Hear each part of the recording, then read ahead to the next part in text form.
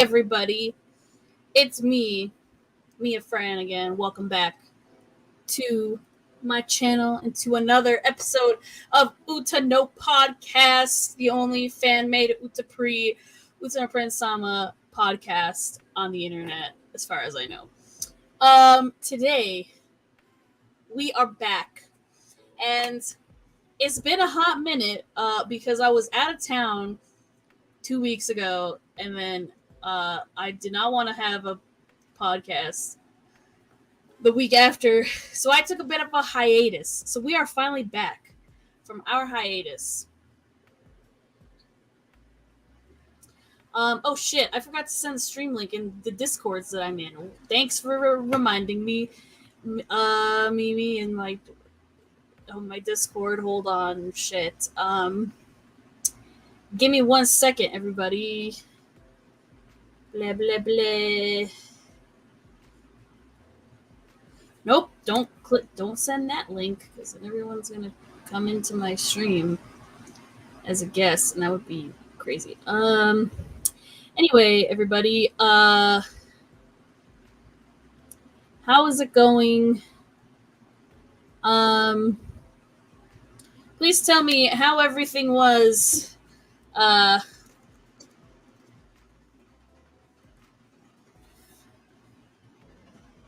Yeah, I'm trying to do 5 things at once. Okay, everybody. So how the hell is everyone? I have so many things going on at one time. Get rid of this. Okay. So, anyways, I'm back. I'm done posting links and shit. So we are good. It's been a while. Like I said, it's been 2 weeks. More than 2 weeks, actually. It's been 3 weeks since the last episode. So a lot has happened. But I also want it to be a chill stream because it's been a long-ass week. A long-ass couple of weeks. And as the title of this episode says, we are going to talk about Anime Expo 2023. Now, I did not go to Anime Expo this year. It was just this past weekend, I believe. So,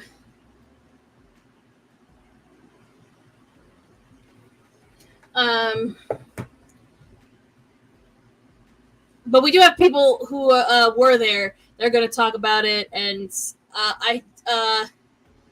Noe, who was a guest the last episode, did also go to AX, and she wrote a thing that I'm gonna read to you guys because she has no voice right now, so she couldn't come on and talk about it.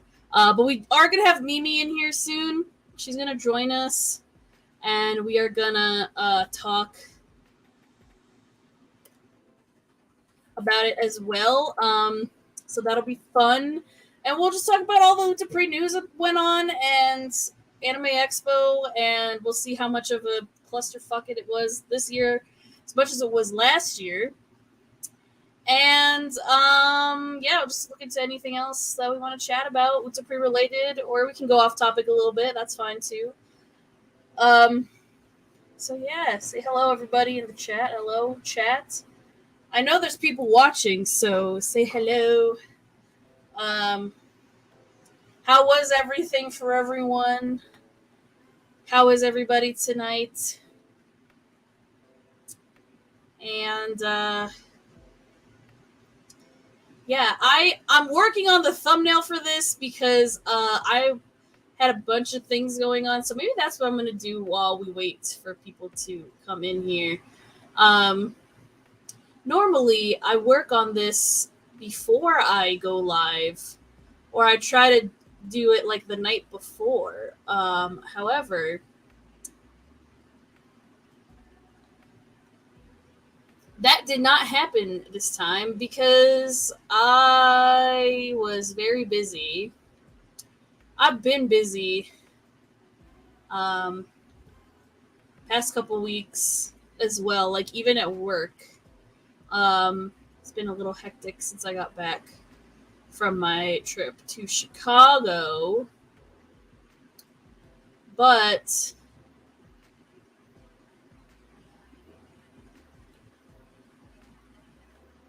exciting things are happening, and I'm just trying to juggle everything all at once.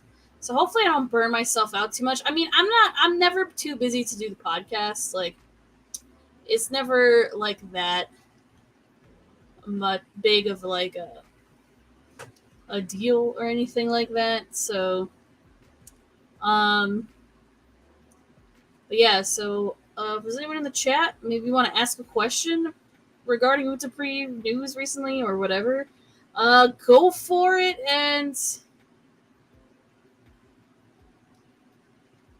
yeah, go for it. Ask me whatever. There's Mimi. Okay, let me add you to stream. Hello.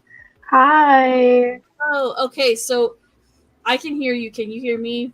Yes, I can. Okay. So I'm gonna get a new cord for my headphones.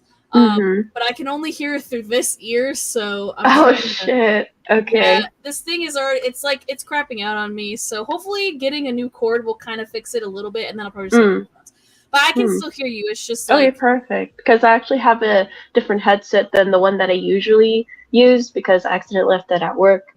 But I was kind of worried. But as long as you can hear me, then we're all good. Yes. People in chat, can you hear us fine? Can you hear everybody fine? I'm doing this thumbnail all wrong that I usually do it. But that's okay. It's been a long week, everybody, okay? I can hear. Okay. Okay. Alright, hello, everybody. Okay, y'all hear about the Heaven's Birthday songs because I'm Yes. stoked. I believe so, yes. I haven't commented on anything recently because I just haven't been on Twitter recently because Twitter is like kind of breaking, so but that's like the only place where I get like my Utapri news pretty much, except for Discord.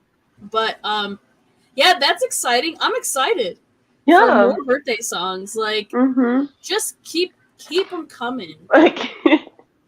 And especially Heaven's content, Heaven's content, because we really like.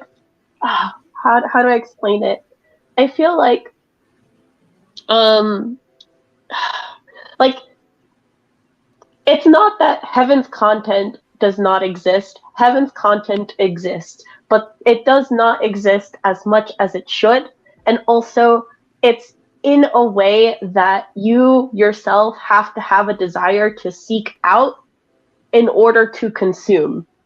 So it's kind of like a catch-22 where it's like, okay, well, I'm not really interested in Heaven, so why would I want to seek out the content that is readily available? So hopefully with the new announcements of like not just the birthday songs, but the other announcement as well, and then also their inclusion in the mobile app and their inclusion in Dolce Vita, that hopefully more interest is reignited or ignited in the first place. And we get to find out more about these guys outside of, like drama CDs and stuff like that. So, yeah, I'm really excited to hear the birthday songs though, because something about Heavens, even not knowing much of them personally, is their music is really good. I do like their music a lot. Yes. Okay, sorry guys. I'm trying to make this fucking thumbnail. I'm just trying to. I barely know how to use Photoshop, so like, you're fine. I'm like, okay, so actually, so you were well, I don't know if lucky's the word. Lucky. I know, you know, Anime Expo is always like hit or miss for people. Yeah. Also, I guess I should apologize now for the quality of my voice. For some reason, like, I keep talking and my voice just starts to go out. We'll just go along with it as it happens. I am fine. It's just a small cold that I'm trying to get over. It actually is also partially the reason I actually didn't. Because I know last time I was like, oh, I'm gonna go to all 4 days. I'm gonna go to all of the meetups. But by the end of day 3, like my body was shutting down. So I was like, I'm not gonna risk going to day 4, and I'm just gonna take it slow. And sure enough, like a day later, I was out. Um, so, but it's not the vid, by the way. It is just a cold. Well, So that's good. Yeah. Well, yeah. if it was the Rona, you would know because I Yeah. don't know if you've had it already. I have. Yes, I've I had it. have. I have it. I have Um, had it so, like 2 years ago. you kind of know when you have it. Like you can Mm-hmm. kind of tell because it's like even if you're vaccinated, like it's still kind of like a bad cold, and like you're just like drained No, no, no, of. no. Like I was yesterday, but today I'm feeling a little better, and I only see myself Oh feeling yeah, better from here.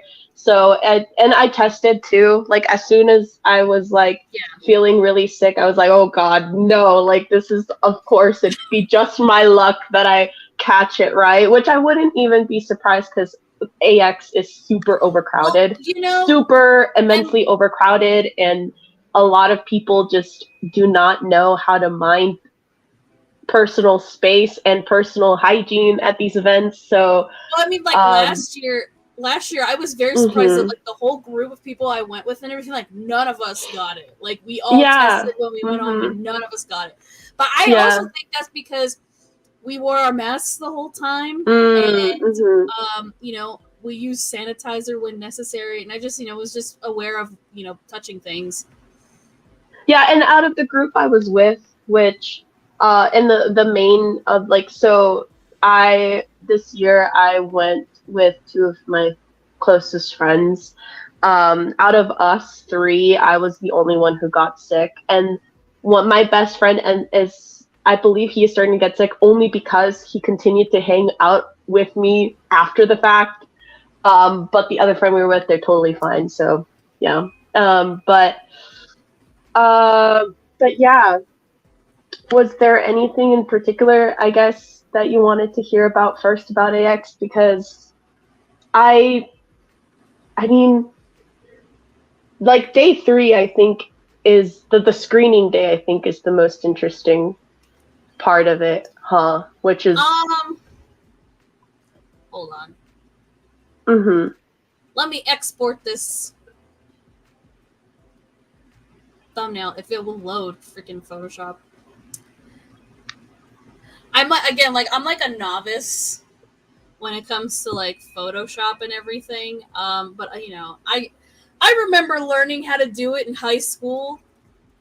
Mm.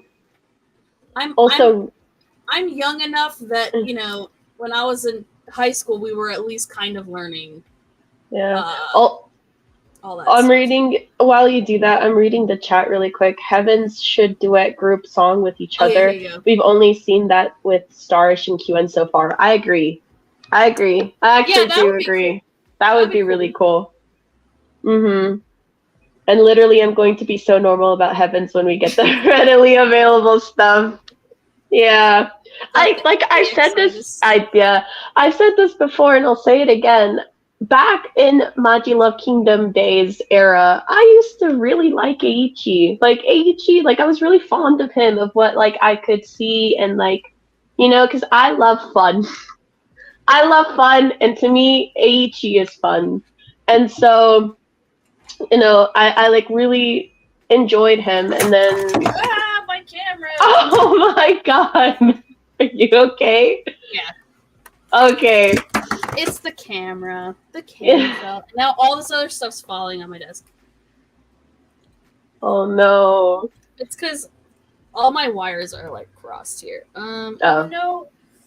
Where did Bingo go? Bingo, where are you?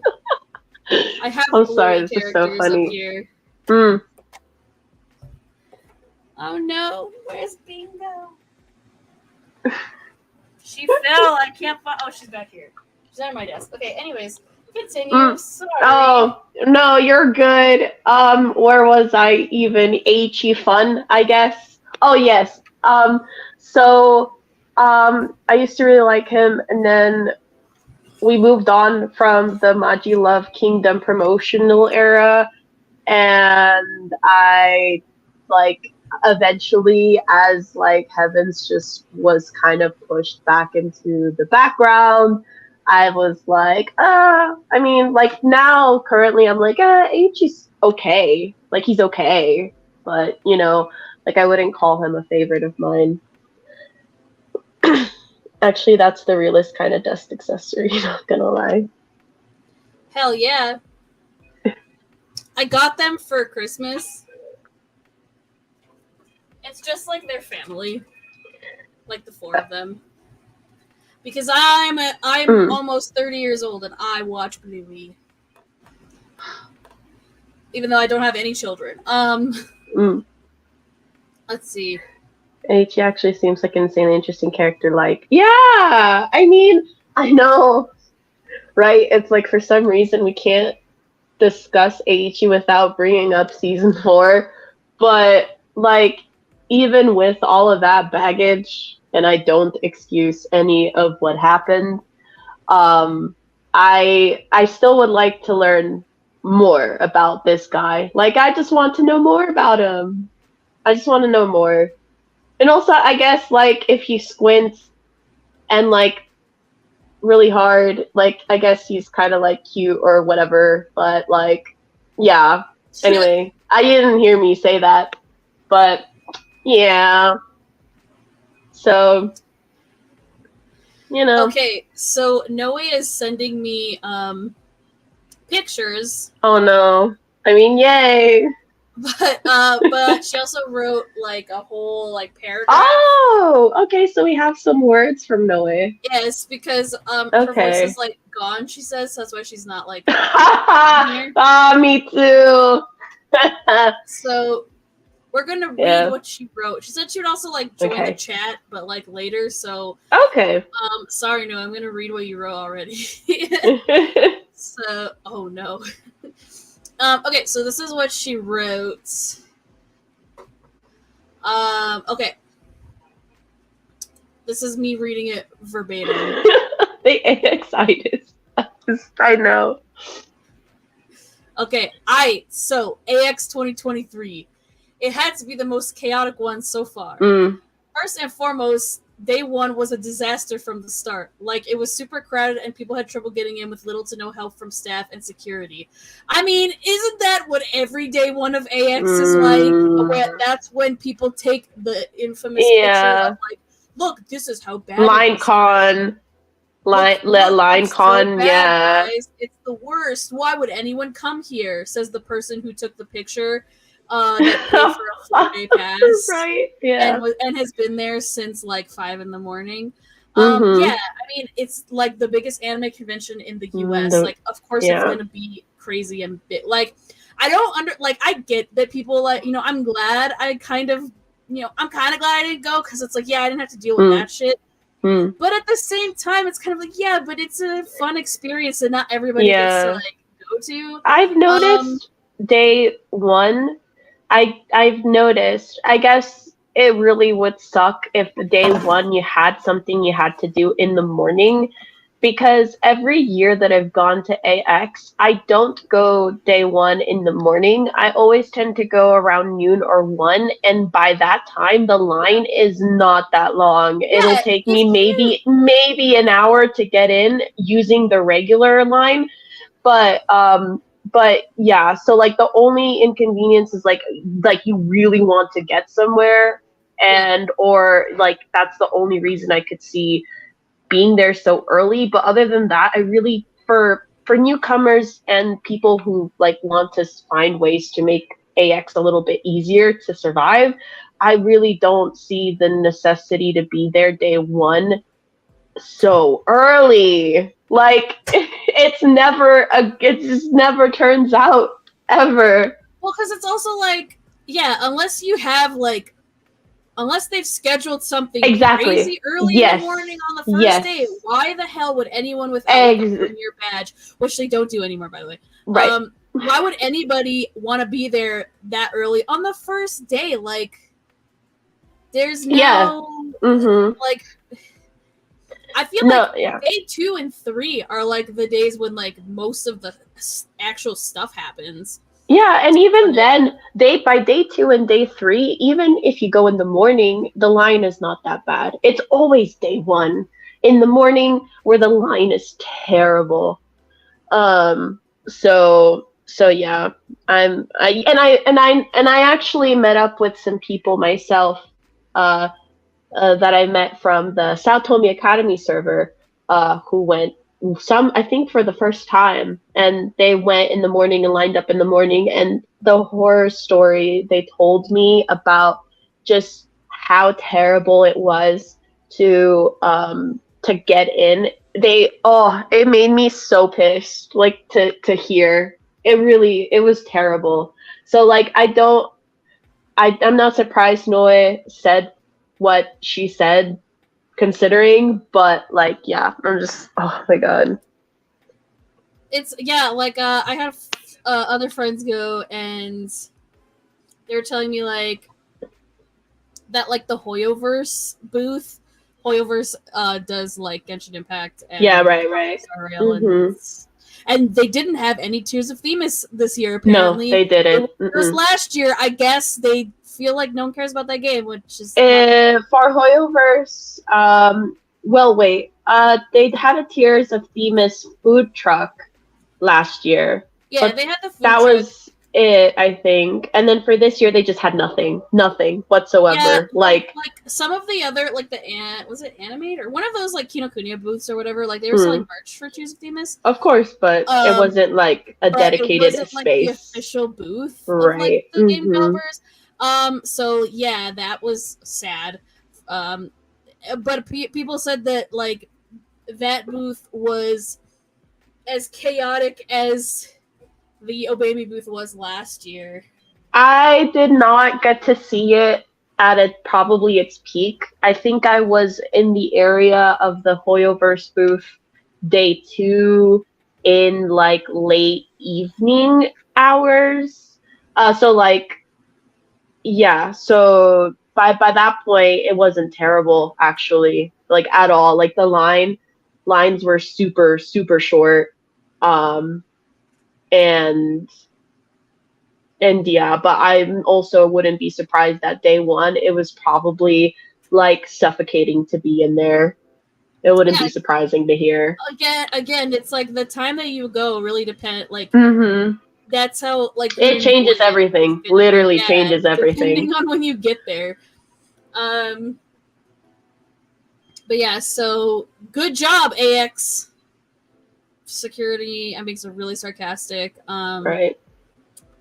Y'all need to do better. Okay, so that was day 1. She says day 2 went a little better. We all kind of learned our lesson and arrived early and got in the line to the entrance that moved the fastest that weekend. Everyone that wanted to go to Twisted Wonderland went, and it was at that panel that my friend Mako at Tatsuns on Twitter realized how savage Hanae can be. Hard-ass call-outs to Chiaki Kobayashi and Koki Uchiyama. Freaking Seiichiro Yamashita was all about the drinks, so that was funny to hear. I'm glad there was another Twisted Wonderland panel this year, because I was the one last year, and that was really fun. And they did it in a good way because you get your tickets digitally for that. Yeah, online. I heard your tickets like that. It was way easier than like having to go to a small little booth. Yeah, and where hundreds of people are going to try to swarm around. Yeah, and like, you know, like have your hopes and dreams crushed when they run out of tickets or spots. Right. Because yeah, you reserve your spot like days in advance with the online ticket. Right. You gotta. It's so easy. Yeah, it was great. I don't know why they don't just do that. Hopefully they do. Hopefully this is the start of something that they'll implement in the future. Yeah, and then like because online everyone's on their phone, right? So it's kind of like, okay, if you cap the room and like you reserve as many seats as there are. Okay, what if like someone doesn't check in at the beginning and it starts and there's room? Then like you could get like a notification. Yeah, you get a notification or a ping that says like, hey, run. There's some spots that opened up. If you want to come to this panel that you checked in, that you got a ticket for, and you want to come in, you better hurry up because right. Kind of like I just learned about this too. I've never been to Broadway, but I wish I want to go. But what something you can do to get like cheaper tickets is you go to like the cancellation line. Some theaters will have like a cancellation line, so you just wait there and see if somebody like canceled, so they're not they can't go to the tickets they reserved. And then they'll like sell them to you for like a cheaper price. Yeah. But you have to wait in like the cancellation line. I don't think every Broadway theater does that, but I know the TikTok that I watched, some girl talking about getting Sweeney Todd tickets. I was like, oh yeah, that makes sense. Yeah, like, and it's like a cool little hack. Like, oh yeah, that makes sense. I wish cons would do something like that in terms of like not badges per se, but like with like actual ticketed events. Yeah, ticketed events, like where you could be on like a waiting list or something, or like a virtual queue, and because then I feel like that's more fair to people. Because it's like if it's a panel room that can fit like 300 people or 500, and like they cap it at 500, and I'm like 570 in line, or 520 maybe. I'm 20 over, and let's say like 10 people didn't like get their ticket scanned, and it's been like it's like 5 minutes past the panel starting, and they want to fill up the room. I get a ping that says, hey, you're like, they send a ping to like the next 30 people waiting in the virtual queue, and then you get a ping and it says, hey, you can try to get your ass in this panel that you wanted to go to, that we capped it at. Head to the panel room and check yourself in. You could get in, or I don't know, something like that. Like something online where it's like, it's going to force people to like use their phones, but like everyone's using their phone anyway, even older people, like, like you kind of have to, like, that's just the way that the world is working now. Yeah, that it's working, and that it's stuff like that is working now. I mean, if the theme parks can do it, if I have to pay $20 a damn day to use the stupid Genie Plus at Disneyland, then and they forced me to do it. That's the only way, because I can't get fast passes anymore. Like, they're not even called fast passes. But I want to get in the stupid dumbass lightning lane shit. I have to use my phone. So it's like, you have to force me to use it. And I will use it. So like AX, do something about that. At least that's my perspective on it, because like people late but present. Oh, Noah's here. Let's see, where are you? Also, Toll said, late but present. Yeah, Toll said, I feel like AX gives you a higher caliber con crud for real. Well, yeah, I mean, you're around the unhygienic memes. You're around the stereotypes that are actually true. Hello, friends. Hello. Unfortunately. Hello. Yes. Is that all for day 2? Well, Noah, you're in the comments. So how was the Twisted Wonderland panel? It was good, right? Because there's more than one guest this time. Did they like talk about like just because that's what they talked about last time. It was just like the game, kind of, and like the character, and like they didn't like. I know there was no news about like the anime or whatever, which like Disney, are we still doing that? Like, it's probably good. Oh, I don't want to jinx it. I was gonna say something very terrible, but I'm not gonna jinx it. Like, we're still waiting, man. I'd watch the anime. They did talk about time. I really have time to play the game anymore. Oh, a couple mini games with the same. That sounds fun. Cute. I love crowd interaction. Okay, let's see. Day 3. All right. I'm reading your posts. No way, I'm already on day 3. Here we go. Day 3 was all about Utapri. We all arrived with pen lights in hand to cheer on the bullies yet again. IGK how people didn't lose their voice after that. Mine was practically gone, and I'm still recovering. Crying laughing face emoji. We did try for the 2 planned meetups before and after, but people had places to go, and it never happened. Oh, wait, it never did? I didn't know that. Sorry, because I obviously went to the screening, but because of an accident, we had to go to Lost and Found like directly after the screening.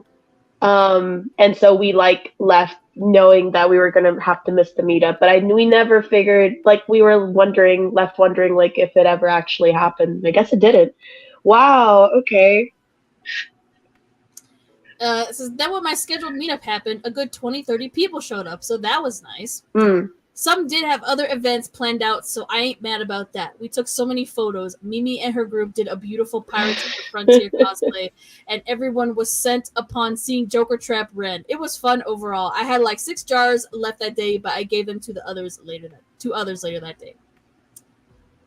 So tell us about the cosplay or fan meetups, and also, I mean, it was with the Triple S again. Like, it was the same one from last year, right? It was Love and Dream. Yes. Okay, yeah. Yeah. So why though? I'm surprised they didn't show Starish Tours. Nah, you are not the only one. Literally, I feel like everyone that I spoke with had to make a comment about how they're very surprised it was not Starish Tours. Because it's AX, you know, like I don't know. If was gonna show Starish Tours, I feel like the hint was in who actually brought this screening to AX this year, because I know, at least I was under the belief it would be Type 0 that would be screening the Love and Dream again. But actually, I didn't find out until day 1 that it was actually Frontier Works that brought the screening to AX this year. And so when I found out it wasn't Type 0 and that it was somebody entirely different, I was like, holy shit, what does that mean? And okay, question mark. And also the producer, or one of the producers of at least SSS Love and Dream, was there present for almost the entirety of the con. I think if you were early enough to go day 1 to the booth, you had met him, but he also introduced SSS Love and Dream the day of the screening as well.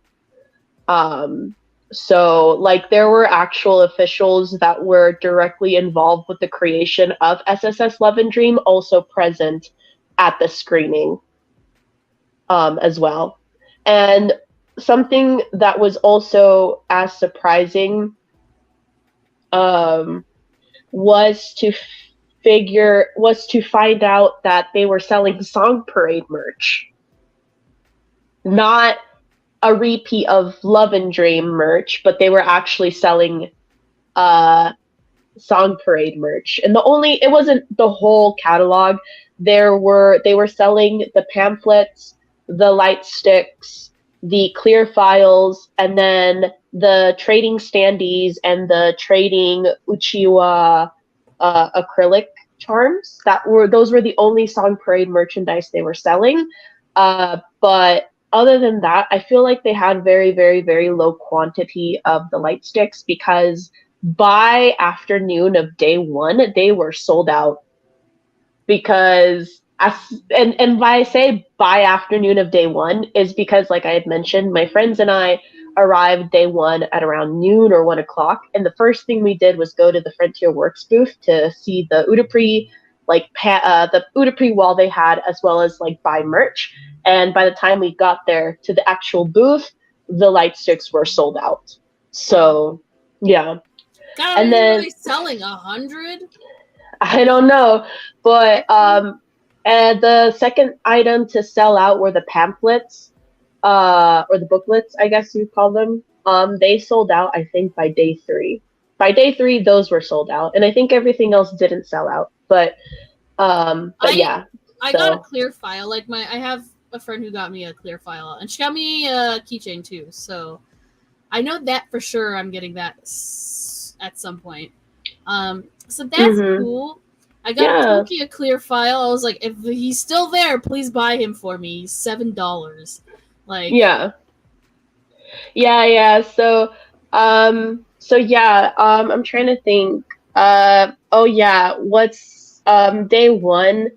A lot of people were sitting in front of the Udupi wall, and it was I get it because people are just literally trying to find anywhere to sit down to rest, but it was so hard to try to get pictures because everyone was sitting down in front of it, and it felt kind of bad because the staff members had to keep coming and asking people to please not sit by the wall, because there were people very obviously also stopping by to take pictures. And it caused a bit of a congestion, but by day 2 they fixed it by putting this printout, please do not sit, piece of paper, and they taped it to the carpet in front of the wall, and it seemed to work because every time after that my friends and I went to go visit, nobody was sitting in front of it, so that was great. I saw the one year I go and a YouTuber I really like goes to AX, and it's like, well, shit, what the fuck? I could have been in your vlog, bro. No. You want to know the YouTuber, guys, is Dashy Games. I love his channel. He went to AX for the first time this year. He's hilarious. I highly recommend. He plays all kinds of video games. Super funny dude.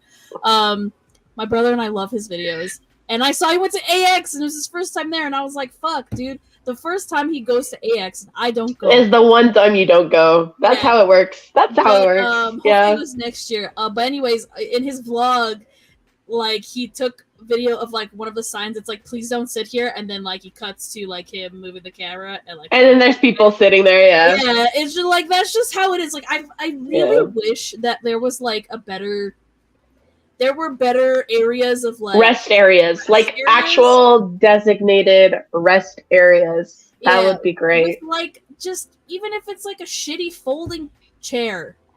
I know they have the quiet lounge, but it's very I get to have the quiet lounge,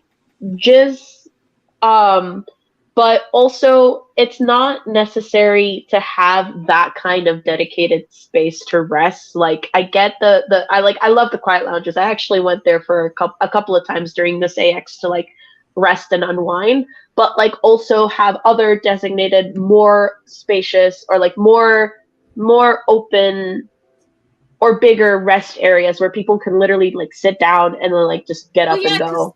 There's always areas that are cut off from people. Right. That's a place outside with shade that I could sit at. Right.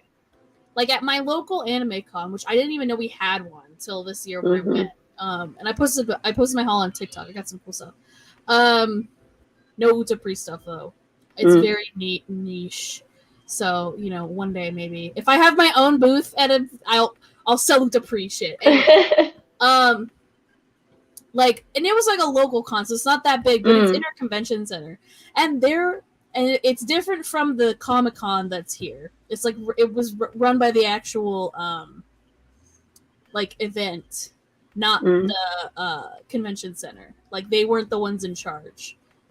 So they had a really good setup of the food and drinks were in their own section. You had to walk into the room to go get food, so there's not a whole line of people crowding up part of the actual event space. And then on one side, behind where all of the voice actors and stuff were, behind their section, they had tables and chairs where you could just sit and chill and eat food or relax and sit down for a little bit. And they weren't always in the same section. There were some over, and then they had standing tables too, in another corner where if you had a drink, you could kind of just stand there and chill and talk. And it's out of the way, away from people. I wish more cons did that. because then it's like, you know, you don't have anyone sitting on the floor or being in the way. And it's just, it's, I mean, I guess if it's a smaller Yeah. con, it's easier to do that. But like, I wish Anime Expo would like designate more spaces to just resting. to like I know, resting. so that people aren't forced to create what they call fire hazards, you know, by like Yeah. sitting in the middle of walkways and stuff like that. So Yeah, it's definitely something. I mean, because like even then, I was watching because I'm gonna go to Disneyland for my birthday this year, so right. I'm already like in Disneyland mode. Like I'm Oh, watching all okay. the I'm watching the videos and that's stuff. so exciting. You know? I love that. And Yeah. I saw that they added like, you know, in certain spots they're like, oh yeah, they've like never had chairs and tables here. They just added them here, and it's really nice to sit here. And I'm like, yeah, I wish other places would do that. Yeah. Just, you know, let's meet up.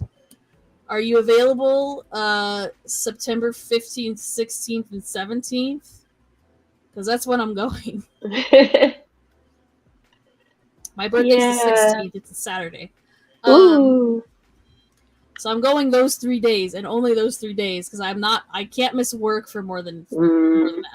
Maybe, okay, well, if you want to meet up, hit me up. We can meet and hang out. And yeah, so you know, yeah, I wish they would.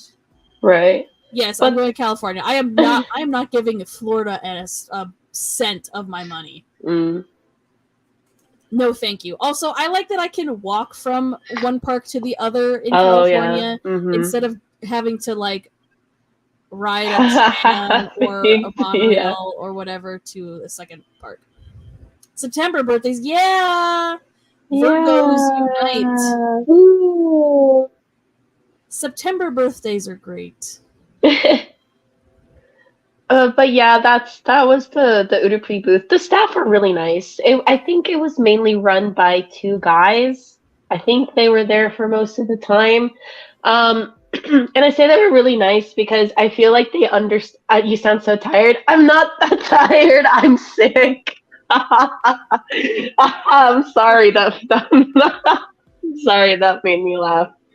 Oh, well, I guess you weren't here when I said my little disclaimer about how I have a cold, and that's why I apologize for if I like start talking and my voice starts going really weird or like giving out. Like, let's just you know, look the other way, or because other than that, I'm like perfectly fine. I can trust Virgos. Virgos can be trusted, but yeah. So the guys were really nice because it's like they seem to understand, obviously, like especially for the trading items, like we were trying for a guy, you know, or like we were trying for a certain pole.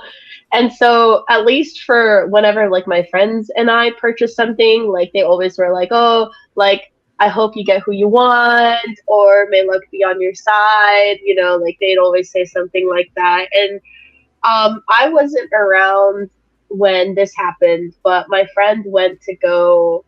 So I was staying at the Quiet Lounge because I had just come back from Artist Alley, which, oh my god.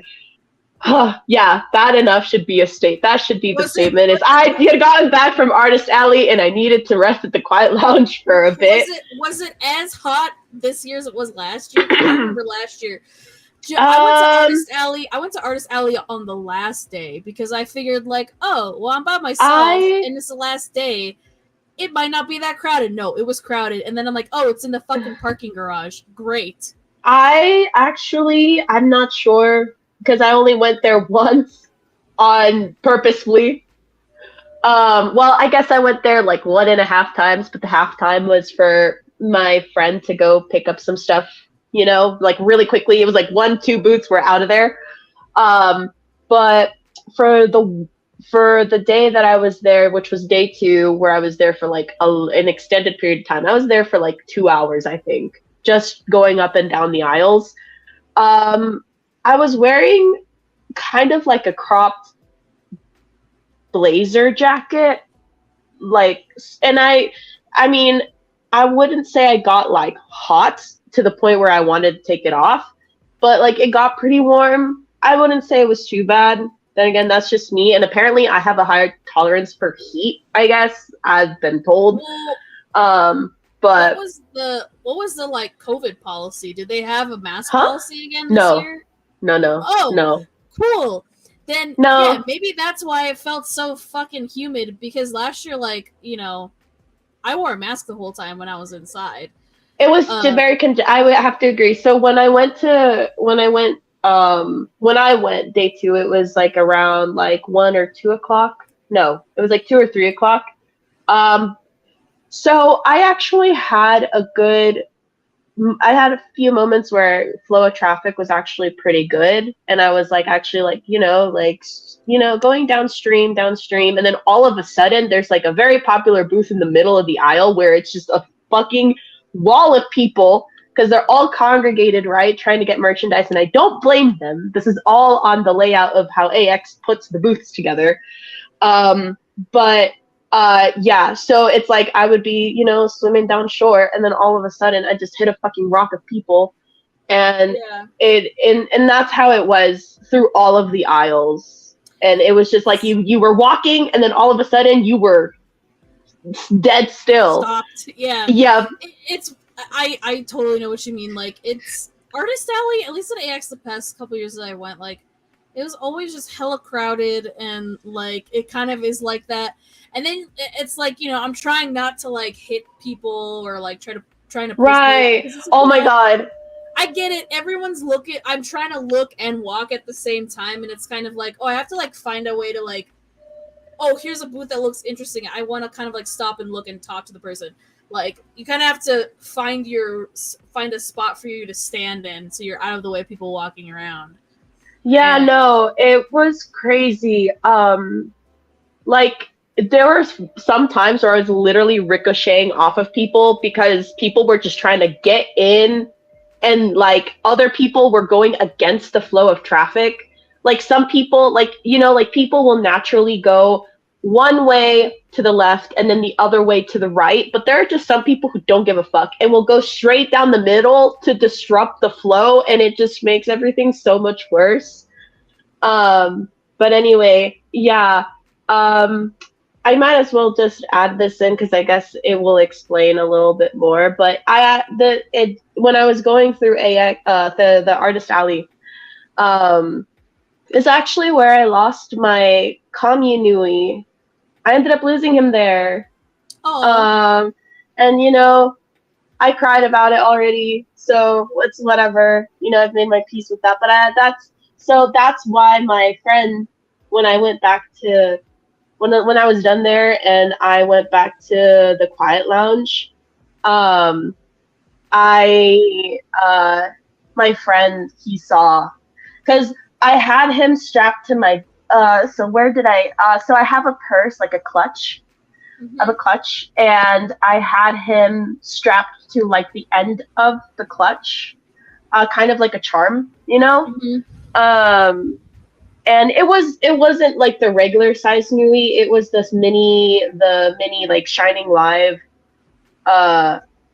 Nui, with the ball chain, and like I think I got through like one aisle all fine, and then the second I got into like the second aisle, I like looked one way, he was there, I looked the other way, and he was no longer there. So and trying to find him on the floor was not happening. Yeah, that would have been dangerous.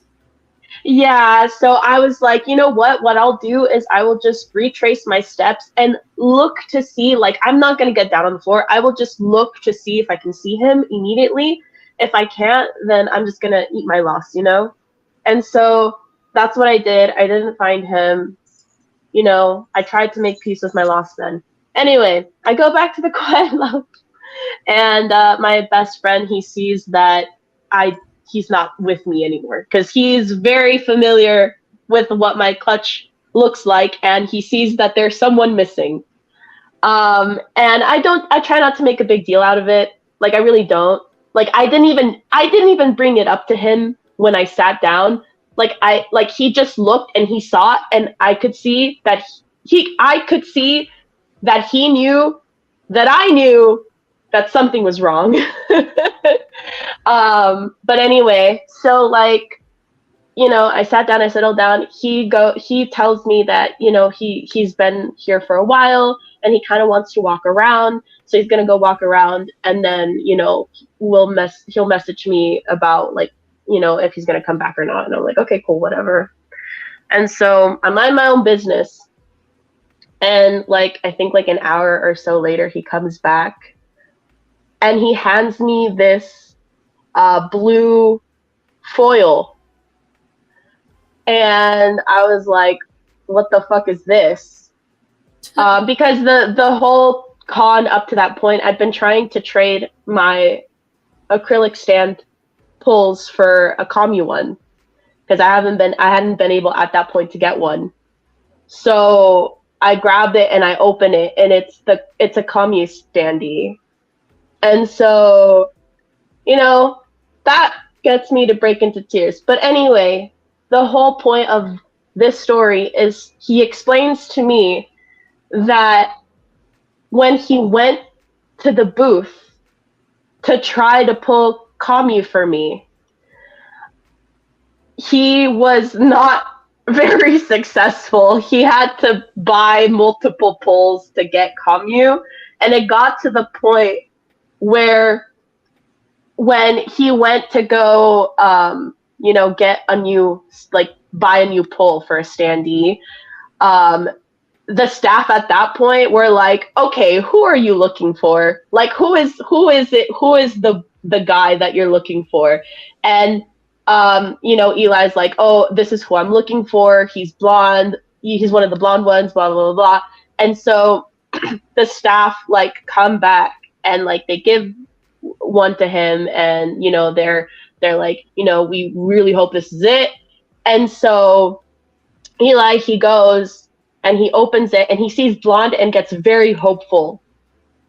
But he keeps pulling and it's the wrong shade of blonde. It ends up being Natsuki. And so he goes back and he tries one last time. And he tells them, like, he approaches the booth and the staff see him and they ask him, or like they tell him, they're like, oh, so you weren't successful. And he was like, yeah, no. And so they give him one more. And he tells me this is what happened. Obviously, I was not there. But as he had described it to me, what had happened is when the staff had went to the back to get a new acrylic standee pull for him, they held it in his hand and he prayed over it. Wow. And he name dropped Commu by name, and he was like, please, Commu, come home. And after he was done saying his prayer, he handed it over to Eli, and he was like, thanks. And so Eli's my best friend's name. And so he goes and he opens it, and it's finally the one. So that's when he takes his little bag that he's accumulated, and then he goes to me to deliver the package. I think he also had tried. So we got, like, when we went together earlier that day, I was trying for the acrylic Uchiwa charm, and I wasn't getting Commu, and we stood in front of the Commu on the panel wall. Like, we stood in front of him purposefully to, like, manifest some good luck for us. And when we opened it, it ended up being the Commu Uchiwa acrylic charm. And we were, like, so obviously, we were so, like, thankful, right? And so he tried that again. When he was trying to pull the Commu acrylic standee for me, and it didn't work. So I guess it only worked once. But apparently the prayer did work. The prayer, though, did. So, you know. Well, that's good. Yeah, so the staff are really nice. And what else? Yeah. Then I guess the actual day of the screening, my group and I, as Noah had mentioned, we were doing Pirates of the Frontier cosplay.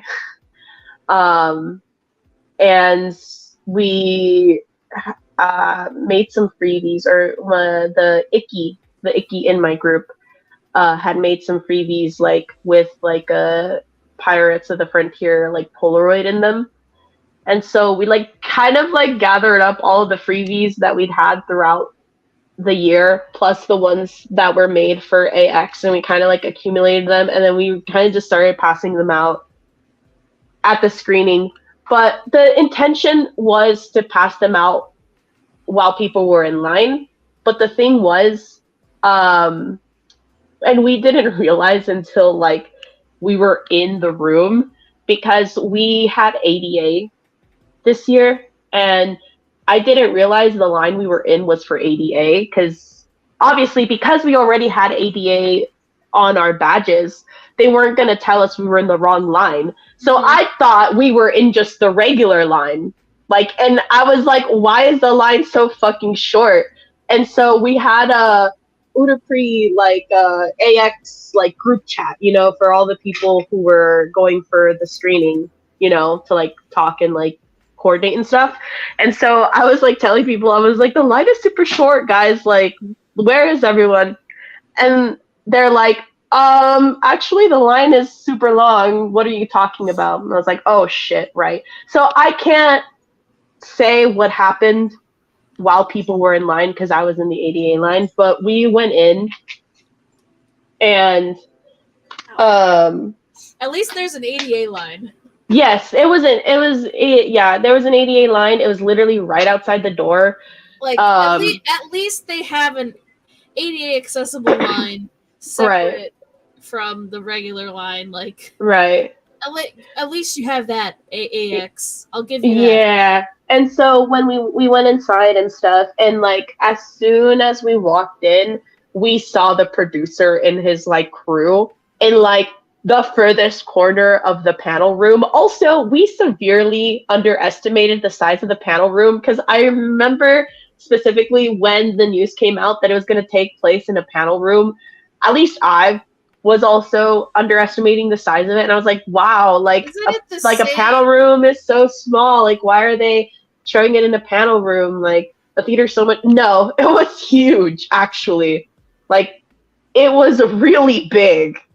And it was really big, but he was like tucked away in like the corner. He was like just sitting there. It was so intimidating to be in there with him for like the few minutes that it was just us in there with like the 3 or 5 other people that were in the ADA line.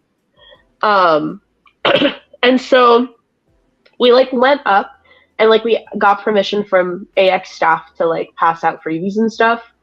As long as we clarified like they were unofficial and stuff, but like we started passing out freebies as people were coming in and stuff, and then people kind of just like sat down, and then the producer came up, and when it came time to like actually do the screening, and he introduced the Love and Dream to us, and he didn't really introduce himself as to like I don't think he said like who he was exactly. He really just introduced it, and then that was it. And then he was if we want to talk about like how was the audience participation? He did? Okay, never mind. Maybe I just have concert like memory loss. Like post-concert memory loss. So I feel you, because I feel you, because I'm trying to remember every song that they played at the Fall Out Boy concert I went to, and I'm like, I only remember the ones that I was super excited about. And I don't remember the rest. Luckily, someone recorded it, so I can just rewatch it and be like, oh yeah, I was there. But yeah, I know how you feel. Like, you only remember certain parts. Yeah, so but for audience participation, so there, I mean, yes, there was, and people were really loud and stuff. Imagine However, if it had been Starish tours. However, asterisks, there was a disparity. To me, there was a disparity to me from what I could hear in my seat between the cheers that Starish got and the cheers that Quartet Night got. And let me just tell you, Quartet Night's cheers were deafening. Like deafening. And like, great. That's great. That, like, I love that for them. Obviously, like, I am a, like, if like, I've always been honest about Quartet Night being my favorite group. But wow, like, it was to the point, because during the introduction the producer was giving, like, obviously he was like introducing the groups, and he went like Starish, and obviously like people cheered, and then he said Quartet Night, and people lost their fucking minds, and his face, oh my god, I'm never gonna forget his face, because even he noticed the disparity in how loud people cheered between the groups. And so I was like, oh no. And so, you know, obviously the show went on. It wasn't really that noticeable, kind of, sometimes. But again, that was just me. And so then the show went on, and after the group performance, before the MC talk, there's like a moment where it's just kind of like background music playing. So during the Quartet Night portion, like, during that stillness, during that like moment where no one's on stage and it's just kind of like background music, and like obviously they're getting ready for the MC talk, like the crowd started like chanting Quartet Night's name. Okay, and that in of itself is not the bad part. Obviously, that's not the bad part. Obviously, what was the interesting part was that when the same happened with Starish, when Starish got done with their group song and they were getting ready for their MC talk, and it was that moment in time where it's just the background music, they, like, it was silent. Like, it was silent. And I feel like people tried to chant for Starish the way that they did for Quartet Night, but either it was too late. It wasn't the same one. Either it was too late to do it, like when it started, like it was too late and they were like already ready to go back on stage to the MC talk. But yeah, like, it was just very interesting, very, very interesting crowd dynamic. And the thing too, because like my best friend and I, like on our ride back home, we were talking about it, because like, wow. But because we were like, okay, let's think about it. Because for Quartet Night, the loudest cheer obviously was for I. That was not surprising, obviously. So I got really loud cheers. I think maybe Ron Ledoux. Camus did get a few loud cheers too. I think the person who got the quietest cheers were Reiji, which is, again, unfortunately not surprising. But also, on Starish's end, Sho stands, or at least maybe it was because we were sitting in front of a show stand or multiple show stands that it was so loud to us. But oh my god, it was so loud for show, like super loud. And I feel like there were a few other characters too that for Stars individually that were really loud. But then it's like, okay, so like if you can be really loud individually, why is it that when you're cheering for Starish that it's not as loud? That was the thing that got me personally. I don't know. That's weird. So yeah, it was just very, very interesting. But other than that, obviously, I think everyone enjoyed themselves as much as they were going to. But that was just something I had to talk about because, like, I had to get it off my chest where I'm like, am I the only one who thought that people were cheering more for Quartet Night than Starish in that room? Or is it just me? Because that was kind of crazy. Anyway, but yeah, obviously the show itself was kind of good. I mean, kind of good, really good. I love and Dream. I'm glad I got to see it again. But I'm only glad it wasn't Starish Tours because I really want to watch Starish Tours with like other people. Oh, like a crowd of people, yeah. Yeah. Well, because I never got to experience it because they never brought it to my goddamn movie theater. So like. Maybe because we are QN stans, why we heard QN more. No, it like I wouldn't bring it up if like it wasn't enough. Like even if it wasn't like, it was the producer's face that got me. Because if I could see it in the producer's face, the disparity between when he was introducing the groups, when he said Starish in those cheers, and then when he said Quartet Night in those cheers, and the face he made after that happened, I'm like, that's what, I don't know. Like, I don't know. It's interesting. Because again, everyone too that I talked to were all like, yeah, why wasn't it Starish Tours? I don't know, bro. If you're asking why it wasn't Starish Tours, why don't you cheer for Starish more? It's my question. Yeah, like it doesn't make sense. Nothing makes sense. But yeah. Well. Okay. So yeah. So okay, let me read the rest of what Noe wrote here. Okay. I know you're in the chat now, Noe, but still.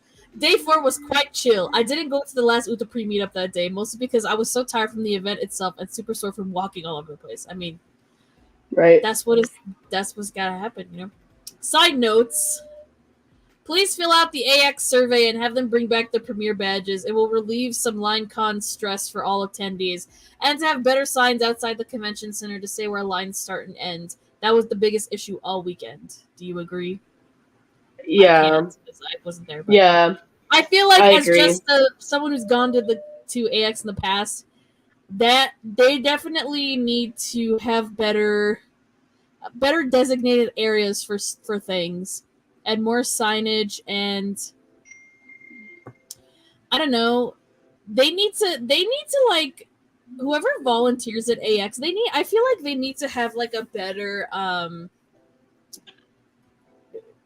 like game plan, like training wise, I guess, for like people that aren't like actual staff, like because you know sometimes there's just volunteers like trying to move the traffic along, and like I feel so bad for those people, because they're probably just told like, okay, you need to just tell people to just keep moving and like direct people, right? And like sometimes people don't listen to them, and it's just like, yeah, because they're just volunteers, they're not like actual staff. So like, I mean, for as much as I moved around in the con, it was actually security a lot that was doing the management for like traffic flow rather than volunteers or staff. Maybe then they changed it to that because last year AX was just god awful. AX is also under new management, so okay. I wouldn't be surprised if, you know, that is exactly why it was different this year. Well, So, I guess we'll have to see next year to see how it compares from 2022 to 2024 if I go next year. Depending on who goes next year. Because again, they love to announce their biggest guests like a month before the shit happens. Yeah. And it's like, okay, well, when the prices are like almost 200. Yeah, like, so can you like not do that? Can you just not do that? I got AXT. Yeah. What? No way. You just sent me this message on Discord. You got AXT? What happened? What's the AXT? Please tell me. Oh boy. But yeah. But I'm trying to think. So yeah, the meetup itself, I only ended up, obviously, because I skipped day 4. I'm still so bummed. I'm so bummed. Because I ended up seeing who actually like cosplayed day 4, the day 4 meetup, and I think it was a Legend Star Ron Nadu, 2 shows, and 1 Otoya. Those were the only cosplays. Okay. At least I took pictures for day 4 meetups. She's gonna tell me afterward to not get me in trouble. Why would I get in trouble though? Oh, because we're talking about it on a podcast. Oh, is that why? Because if that's the reason, then sure, okay. I you know, that's a good reason to not say it now. I don't know about all that, but anyway. So yeah. Okay, well, just tell me afterward. Anyway, so yeah, so you. Went to the so who day are you 3 as White Devil from Pirates of the Frontier. Oh, okay, so that's you in these pictures here. I see. No, yeah, unfortunately. What do you mean, unfortunately? Yeah, no, yeah. You know, it's funny because like I was like talking to my friends about it, obviously, but I was like, I felt great in it. It's just the pictures thing. I've just never been a pictures kind of person. But also like I might as well have to, like it like I post for the pictures like for people to like enjoy the pictures themselves, not for me to enjoy the pictures. So but yeah, I was White Devil, and then my best friend Eli, he was Malro, and then my close friend Mina, who was on the podcast for the Gekidan Shining episodes. They were my Ikki. Okay. Yeah, that's who. Yeah. I see y'all in here. Right, and so that's who we were, as we were pirates. And then I think for day 3, there was a Ringo, Legend Star, Ren Masatoki, and a penguin. See, no, this is what you mean. Unfortunately, you look heckin' amazing. Thanks. It's great cosplay. Thank you. I'm like, I want to do Utapri cosplay so bad, but then I'm like, I would probably look it would probably not look good on me. I don't know. I don't. Maybe take your own advice. That's all I'm gonna say. Because if you said because like I don't know how true that is. I feel like it definitely is something that like it's like a you issue, like something you have to work about, because you can make it look good on you. You can make it look good on you. You really can. Yeah, it's just like my thing is like, who the fuck would I cosplay as? And also like I need to like plan it out, because I wouldn't want it to look like I just threw it together. Like personally, I don't want to ever like cosplay and look like I just threw it together. I want to like put thought into it, you know? Okay, yeah. And you have a year, so I do have a year. Well, shit. Well, if they bring Stars towards next year, maybe it'll be a Stars towards cosplay. I don't know. Maybe, or I think it's gonna be Song Parade with the trend. I think it's gonna be a Song Parade. We'll see. I haven't eaten. That's the thing, is like, do I want to cosplay Utapri, or would I want to cosplay something else that I feel like would be easier to cosplay? Yeah, because obviously my friends and I are already planning like what we'd like to do for next year. We are obviously throwing around other Gekidan Shining costumes, potentially Bloody Shadows. I don't know. Don't quote me on that. But yeah. So because if I'm gonna cosplay anything, it's gonna be Udapri, no matter what. So I was kind of thinking about it today. I was like, if I were to cosplay at AX again, because I did it in 2019 for like a day. mm-hmm. I did it for one day because I was not going to cosplay all 4 days that I was there. That's just too much for me. And like, where am I going to put all the rest of my stuff? Right. If I'm carrying around like 4 costumes or 3 costumes or whatever. Oh, because you have to fly in, huh? Yeah, I would fly. Oh, that's right. Because I get the privilege of driving, and I can put everything in my trunk or in the back seat. I mean, I could drive, but then I have to pay for gas, and then I have to pay for parking. Right. Then I have that's to pay true. for gas to drive home. And it's like at least a 7-hour drive for me. I mean, I'm driving to Disneyland when I go for my birthday, but that's because, like, you know, it's not Anime Expo. And it's less days, and also it's not my gas because we're going to like a family trip. So like, so people are okay. That's so good. Like, I'm not paying for the gas, but if it was Anime Expo and I was driving, I would probably have to pay for gas. Right. So like, that's just a no. I can't do that. I have to fly. It's just easier that way. Even though I really don't like LAX all that much. It sounds like a nightmare. It is a nightmare. LAX is a nightmare. I never, to go through and to be like, I went to Chicago for the first time 2 weeks ago, and it was the smoothest, easiest TSA thing I've ever. I didn't have to take off my shoes to go through the Chicago O'Hare. Oh.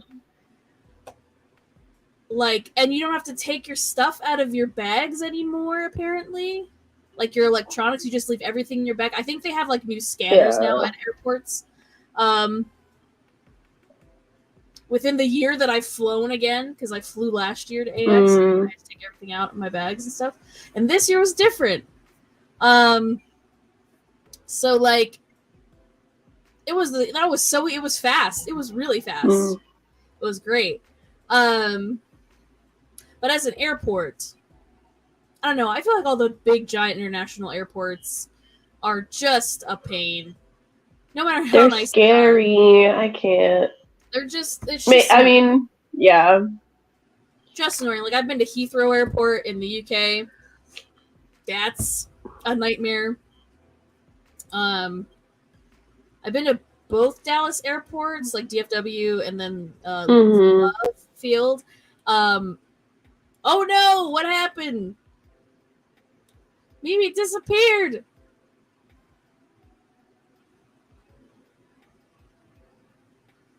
I got lost. I'm going to pick up a friend. Yeah. Oh no, guys! What happened? Oh my god, that was hilarious. I'm so sorry.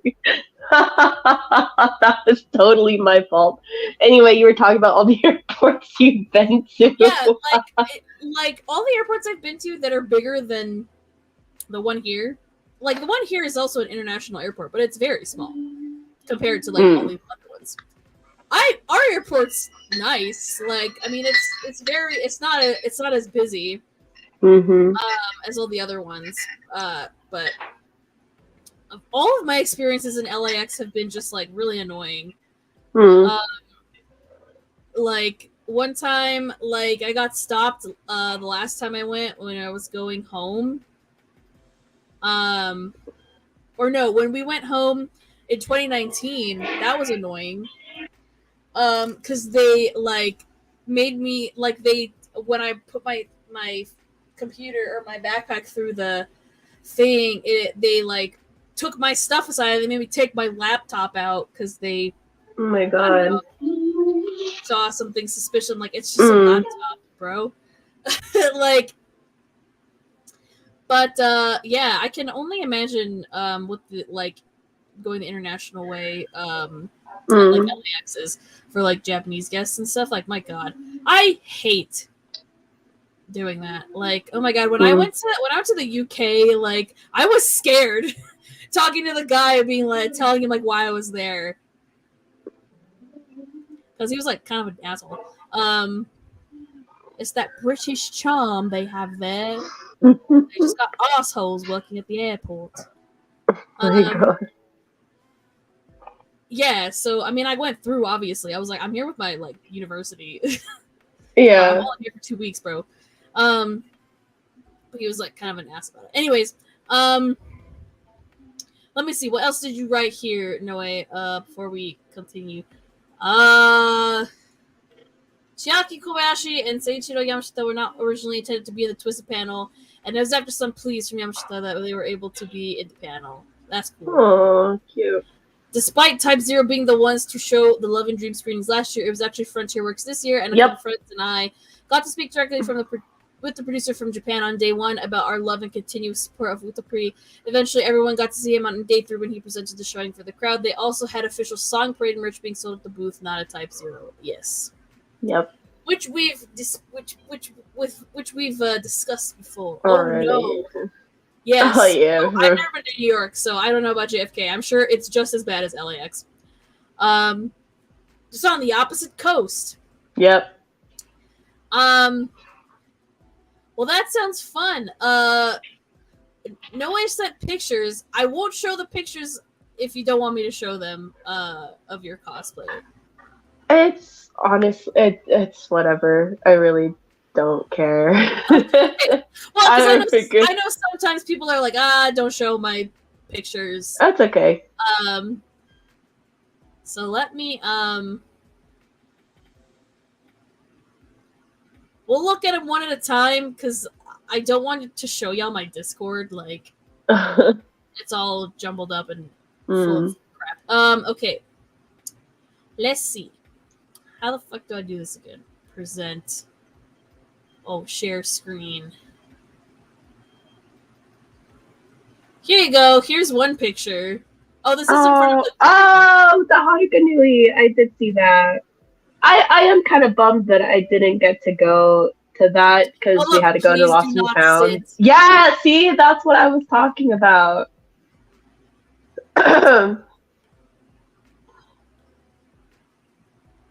Here's the next one. Yeah. Look, that's so cute. Isn't it? That's so cute. All of them. It's adorable. Yeah. I like that he's taking the picture. Yeah, that's such a cute attention to detail. I really enjoy that. That's adorable. Oh shit, hold on. Next picture. Okay, here you go. This is cosplay. Okay. Hey. I like how there's clearly a distinction between like like the groups, like who came together, and like that's great. I love his cosplay. It's so good. Yeah. So great. I love the expression here. Oh, thank you. I know. What was a comment during the photos? It was, I think, what was it? I think it's actually the Masato that you see in the picture. I think they were like, they had yelled out. They were like, oh, wow. Like, I can really, like, see it in your eyes that you're just calling us peasants. And I was like, oh my God. Oh, hey, is that Janet? I'm sorry? Is that Janet and Stokia? I'm not sure. I don't know them by their names. Oh my gosh, it might be. I think it is. They're very sweet, though. They cosplayed as Hayato last year. Oh, okay, then maybe, because I do remember them from Hayato last year. I do, yeah. Yes. Yeah, they're so sweet. Awesome. They are literally, my heart, they were, because I think during the photos, they kept apologizing, and they were like, I'm so sorry, I'm not the most Tokia-like person. And I was like, no, sweetheart, you're fine. Like, you're okay. And they're like, I'm more like Otoya, and I'm like, oh, it's okay, it's okay, it's okay. You're so fine. But they were so like the Tokia was so willing and so ready and so like like what are we doing next? And they were just so kind. Like I do Yeah, remember them. I took pictures of Yeah. them. They're so nice, so sweet. Hmm. The They sweetest person. are. Yeah, I their love Hayato cosplay them. last year was amazing. I loved it. I hung out with them a little bit on the last day of AX last year because we were both alone. Mm-mm. Yeah, I love this. These are great pictures, by the way, Noe. These are amazing. Oh shit, hold on. Yeah. Here you go. There we are. Yeah, that's a peasant's look. Like just everyone here is peasant. I love the boots. Thanks. They weren't supposed to be the ones I was going to wear, but I had to make do. Because the ones that I was gonna wear were hurting my feet. They were just a bit too tight, and I wasn't gonna, yeah. Oh, no, this picture. I'm glad it came out though. Very interesting composition. Yeah. Here's this one. Yeah. Yeah, that's a cool shot. Very cute. Next, we got Ringo Sensei. So cute. Oh, I love them. They were so nice too. I got to talk to them, multiple times throughout the con. That's actually, just cute cosplay. I love it. Yeah, apparently the friend, the Pingu. I think there's a picture of Tokia and Pingu that we'll see later on. The Pingu actually either helped or did make that costume cosplay for them. And yeah, that just shout out to them for that because that's yeah. Yeah, penguin. Oh, isn't it so? Oh, I love this picture so much. It's so cute. It's the best. I'm so happy. Like that was a picture that was taken. That one's cute. Yeah. Penguin.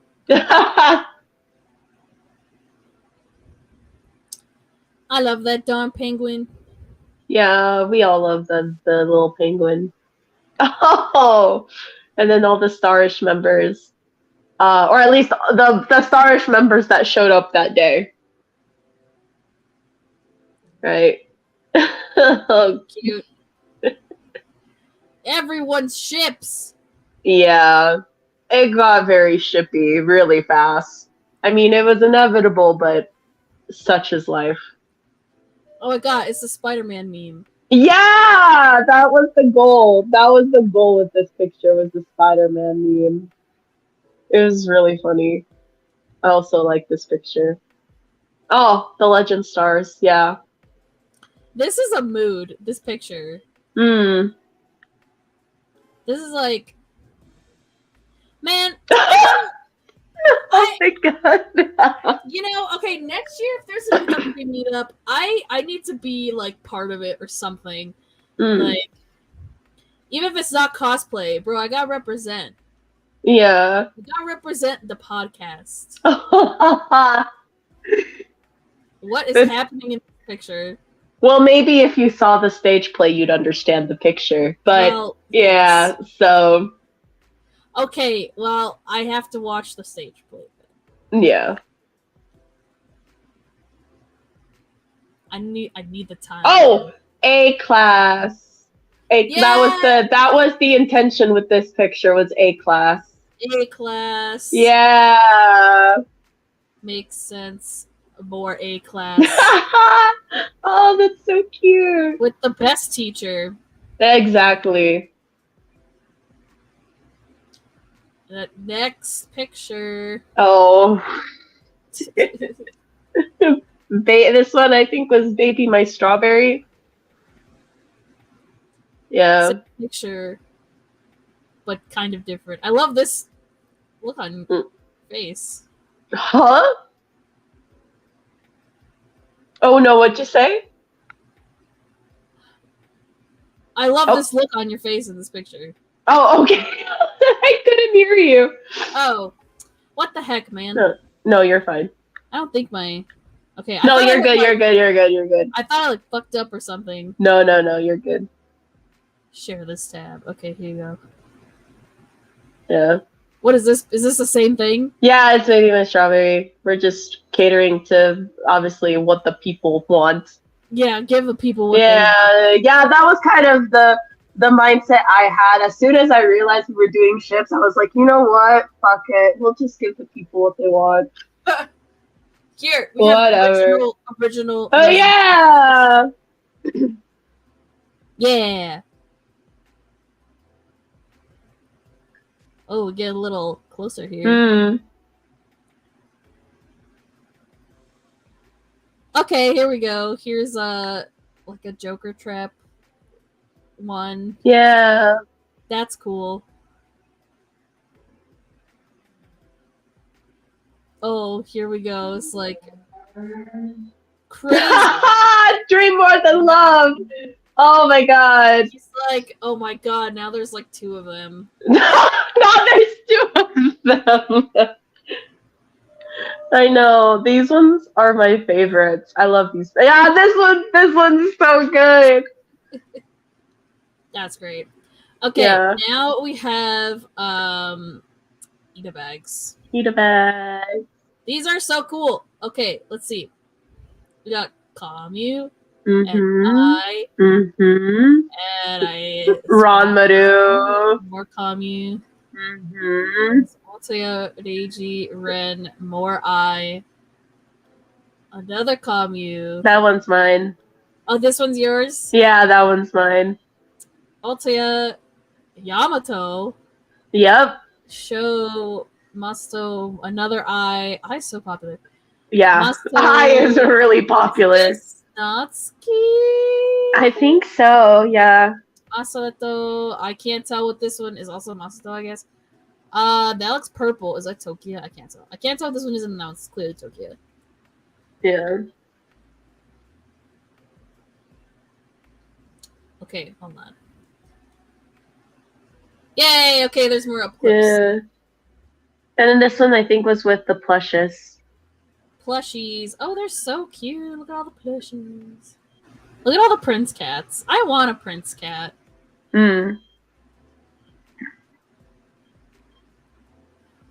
Adorable.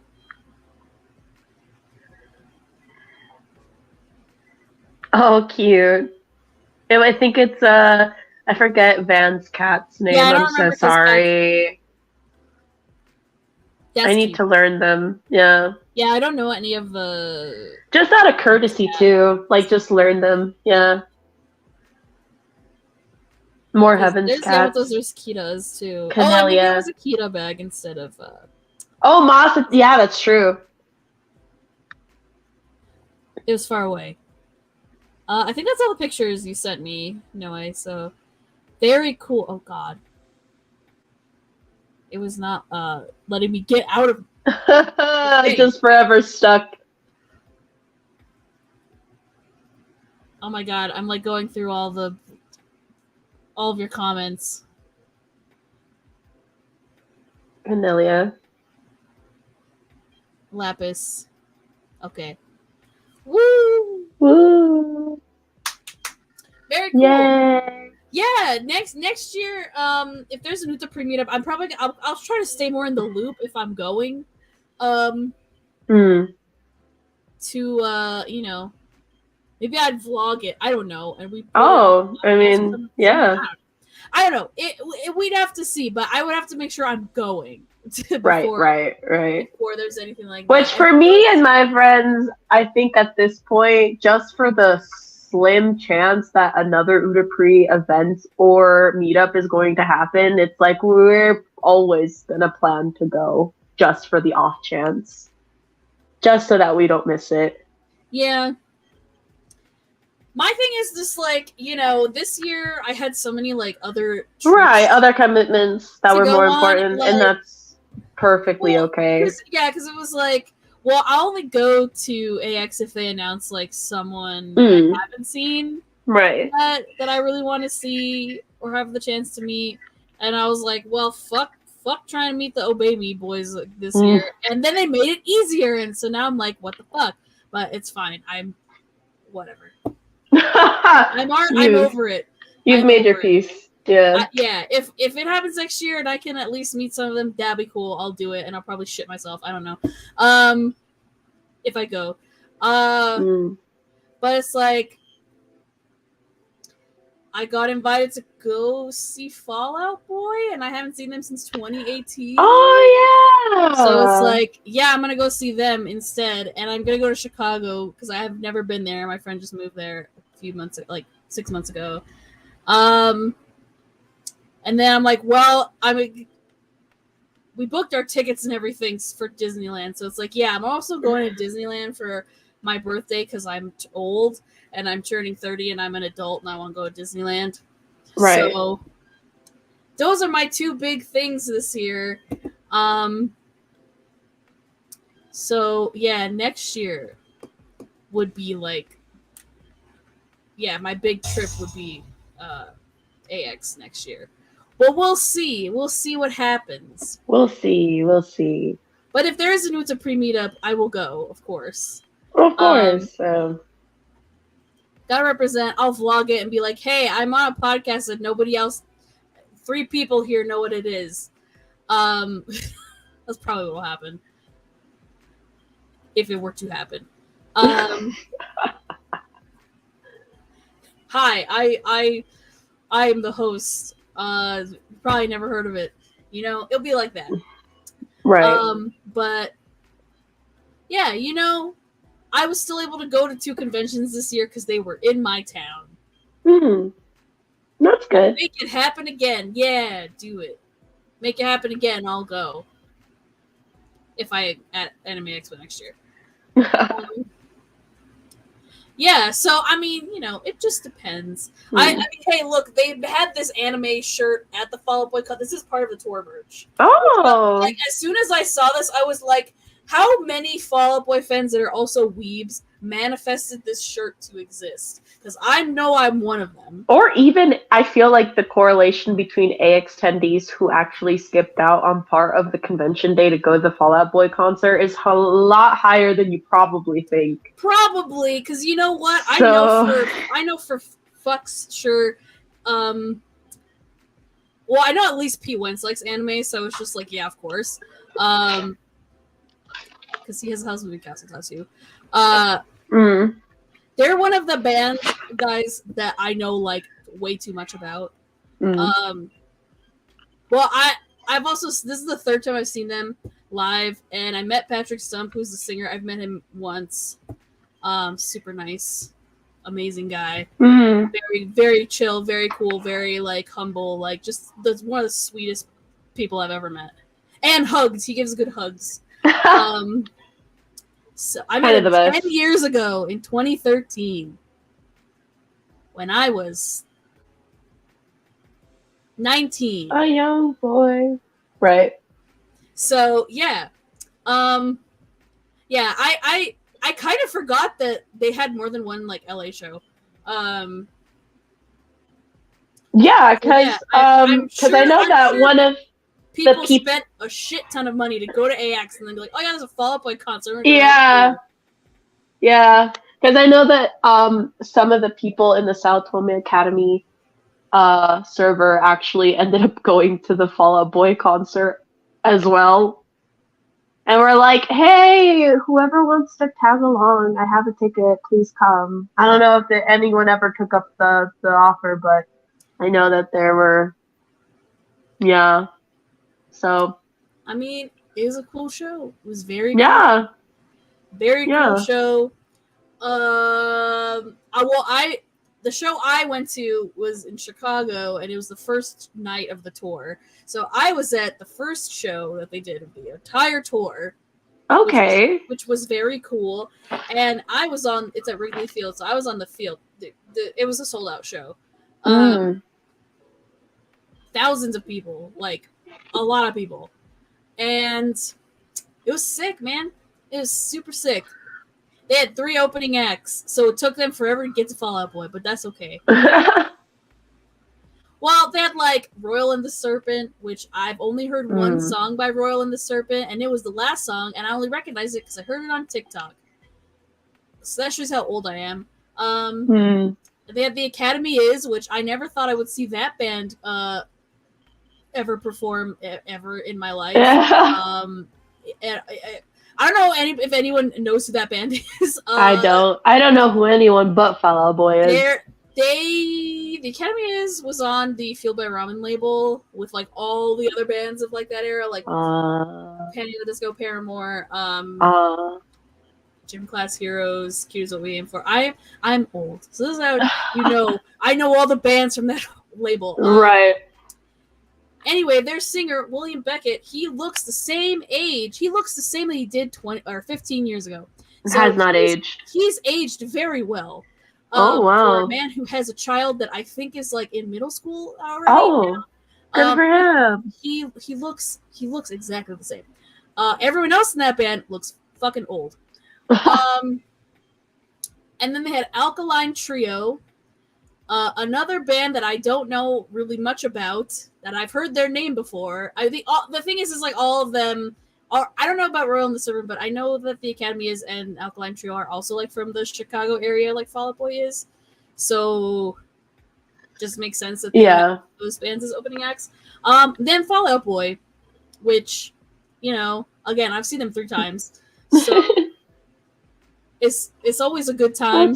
I do love going to concerts. Like I do, like for me, I don't know. It's like so, like it's just the experience of like being in a crowd or like in a room full of people, like, and the vibes are just, like, and the music and this, like, everything, it's just like, it's an experience. Live music is an experience that is very, like, It's also great when it's like a band that you really like. And I know like every single song that they're gonna play. Yep.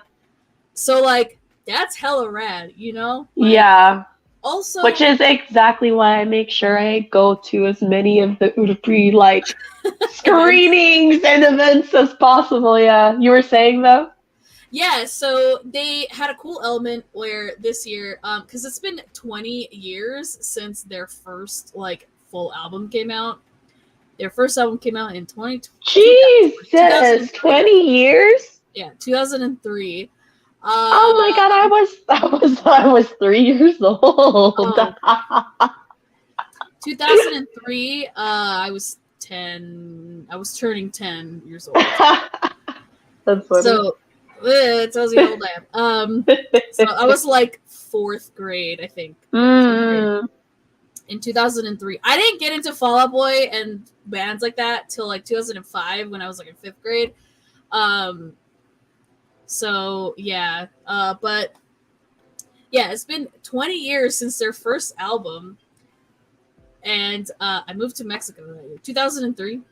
I lived in Mexico that year. I actually moved out of Mexico like later, but.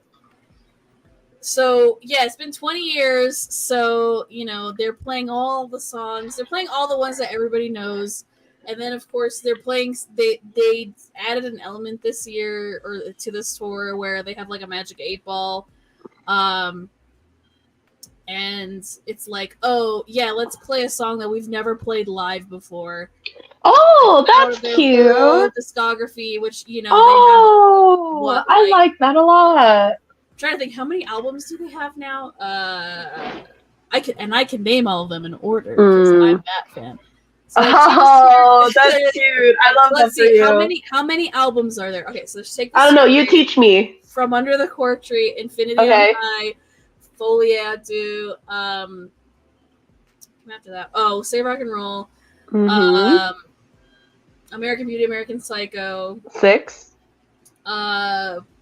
Mania, and then this one, So Much for Stardust. So there's 8 albums. Well, they have like LPs too. So they have like I forget what that one that they made more like hard rock. I can't remember what the hell that was called. It was like an LP, I think, or an EP. I don't count that one. Anyway, so they have like 8 full albums over 20 years, which I think is pretty good. So yeah, they and it's always different. Like every night they'll have like there's like a part where there's like a piano medley and it's always like different songs. So there is a girl on TikTok who has made a spreadsheet of everything. Honestly, me. She's made a spreadsheet. I do that shit too. And so they have like the piano medley and then they have the Magic 8 Ball, and I was so happy and excited because the Magic 8 Ball at the first show, the show that I was at, they played probably like my absolute favorite song by them, and it is not even like a song on like a main album, it's a bonus track. Like on probably, I don't know, this might be a controversial take. I don't know if there's any other like big followers, but I think I would say like my favorite, or maybe like the best album by Fall Out Boy is Infinity on High, which came out in 2007. That album has like Thanks for the Memories on it, and I don't know what's another single from that album. This Ain't a Scene, It's an Arms Race. Yeah, that album. The song that they played that is like my favorite Fall Out Boy song of all time is a bonus track on that album. It's not like a actual, and it's so good. And as soon as they started playing it, I was like, oh my god, they're playing this. They've never played this live. I've never heard it live. And if you go to my Twitter, it's like my pinned tweet of like me recording part of it. But yeah, so I think some of the other songs that they've played that they've never played live are like really old, are like older songs, like from like their first 2-3 albums, which makes sense. Yeah, but it's very cool. They're all like dad age now, so like when I was there, there was a lot of people with kids. So that makes me feel very old. I guess Fall Out Boy is like dad rock now. I don't know. There's a lot of guys there that look like dads, which is fine. That's cool. Right. There was like people behind me and my friend, like they brought their kid. Their kid looked like 10, maybe. And it was like their very first concert was a Fall Out Boy concert. They left early, which I was like, oh, that sucks. I guess the kid was tired. But I'm like, yeah, damn, you got some cool parents. Your first concert was Fall Out Boy? That's sick. Yeah. I think my first concert apparently was when I was still in the womb. So my parents counted, I guess. The first concert that I went to in the womb, or like that I ever went to, was a Wings concert. I don't know if you guys know Wings, like Paul McCartney's other band. Yeah, it was a Wings concert. In probably, I don't know, like 92 or 93, because it has to be 93, because I was born, September was the 9th month. Yeah, no, it was 93. So yeah, 30 years ago, my first concert, before I was born, and the first concert that I actually went to, like officially, was when I turned 18 and I went to see Panic at the Disco for the first time. Because that was a birthday thing. That was cool. Yeah, I've seen Panic 3 times also. But they're not touring anymore. So unfortunately. Oh well. Also, as a Panic at the Disco fan, I have to say, controversial take, Vices and Virtues, which is the 3rd Panic album, is the best Panic album. You know what? You speak your truth. I have no idea what that means, but I'm here to support you all the way. It's one of those things like, so I used to be part of like Bandom. Okay. On, like, Tumblr, where like, you know, it's kind of like fandom or anime fandom, where everyone just like gushes about, you know, the band they like, but it's like real people. So it's kind of like, that's kind of weird when you really think about it. At least with like anime and stuff, it's like, oh, they're just like fictional characters. So you know. Bandom has its own toxicity. Also, they have like stalkers and stuff, which is not good. There's like a whole there was a whole discourse with Like, Panic at the Disco. I've heard. She's Yeah. literally stalked Brendan Urie and his wife. Like, she knew where they lived and everything. Oh no. So yeah, scary. Yeah, like they had to move out of the house that they lived in and then move somewhere else and not tell That's anyone. so sad. And people write weird fan fiction Right. about Yeah. Yeah. real people, which is kind of weird. Right. So yeah, it's like, I don't know, Bandom to me, like, it was fun in the beginning on like Tumblr. But then when you grow older, it kind of got weird really fast. Yeah, once it got into like, okay, it's been a couple years and we're all like, if we're like, you're shipping real people, that's weird. Yeah, that's when you gotta start like, reassessing some things. There are elaborate fanfics. There is an elaborate Panic at the Disco fan fiction that was. Oh, I know because I'm into K-pop. So yeah, like, I know. Yeah, I'm sure the K-pop I've seen some. Yeah. I won't mention any other kind of fanfics because right. It's not necessary either. It's weird. But there's one Panic at the Disco fanfiction that is like extremely long. Like, this person put a lot of work into it. Like, don't get me wrong. But they made it take. It's like, I don't know. It's like an alternate universe kind of thing where they made it take place in the 70s, and it's like, it's a really weird fan fiction. I don't know. It's very interesting. It's not one that I would want to read out loud because it's not like an interesting concept like the Utapri fanfic that I want to read out loud, which I did mention I wanted to read it out loud when Annie was on here. We were talking about fan fiction. Oh yeah. The one where Haruka has like everyone's child. I want to read that one. Oh my god! I don't tend to seek out those fan fictions. You know, I don't like. Maybe in summary, like I glanced over it once and forgot it ever existed. It's interesting. Yeah, like, I want to read it just because, like, I just find it fascinating, and I don't want to make fun of it, but like, inherently, it's like, it's a silly. Weird the concept is wild. It's gonna be kind of funny, but yeah, I do plan on reading that on here. I don't think I'm gonna read the whole thing in one sitting. That's just a lot. But yeah, so interesting. So yeah, I've had my experiences being in fandoms, and I would not ever want to be in Bandom again. You know, I'll just be a fan of I just like the music. I like the band, you know. And then with the fictional stuff, that's different because they're not real.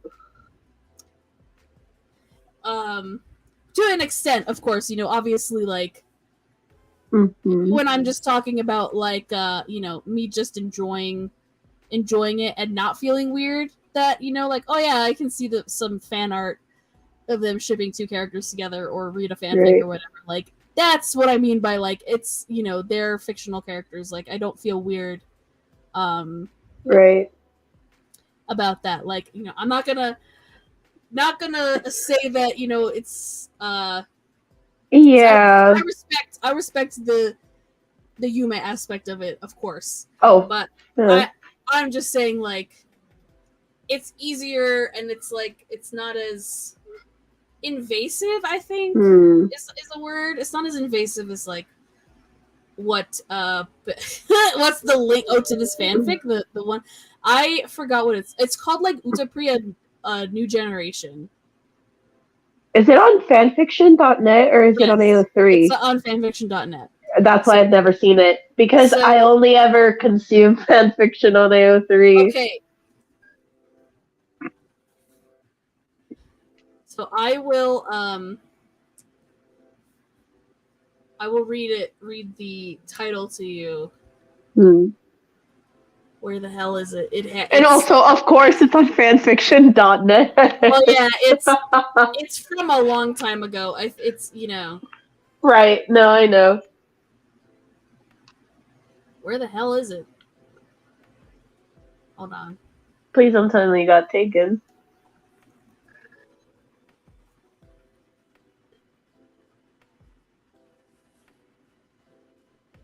I got it. Ah, here we go. The Next Okay. Generation. That's what it's called. If there's a synopsis, I'll read you the synopsis, and y'all can decide for yourself if you want to read it. So it's a Haruka X Everyone fanfic. That's so. What's the rating? Let's see. Ow.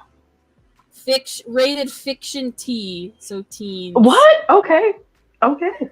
There, nothing explicit happens in this, so okay. yeah, it's just like implied that things happen. Well, they explain it, anyways. Okay, so here's the synopsis. Okay. It's called Utapri the Next Generation by Rain Diamond on fanfiction.net. So if you just type in Utapri the Next Generation, fanfiction.net, you'll find it. Haruka has been with Stars for 5 years now. One day she collapses during a concert. The guys take her to the hospital only to find out she's pregnant. But who is the dad? And what does Shining have to do with this? Plus, family secrets are revealed through IG Makoto.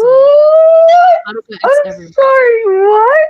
It's not. He's not the father. I promise.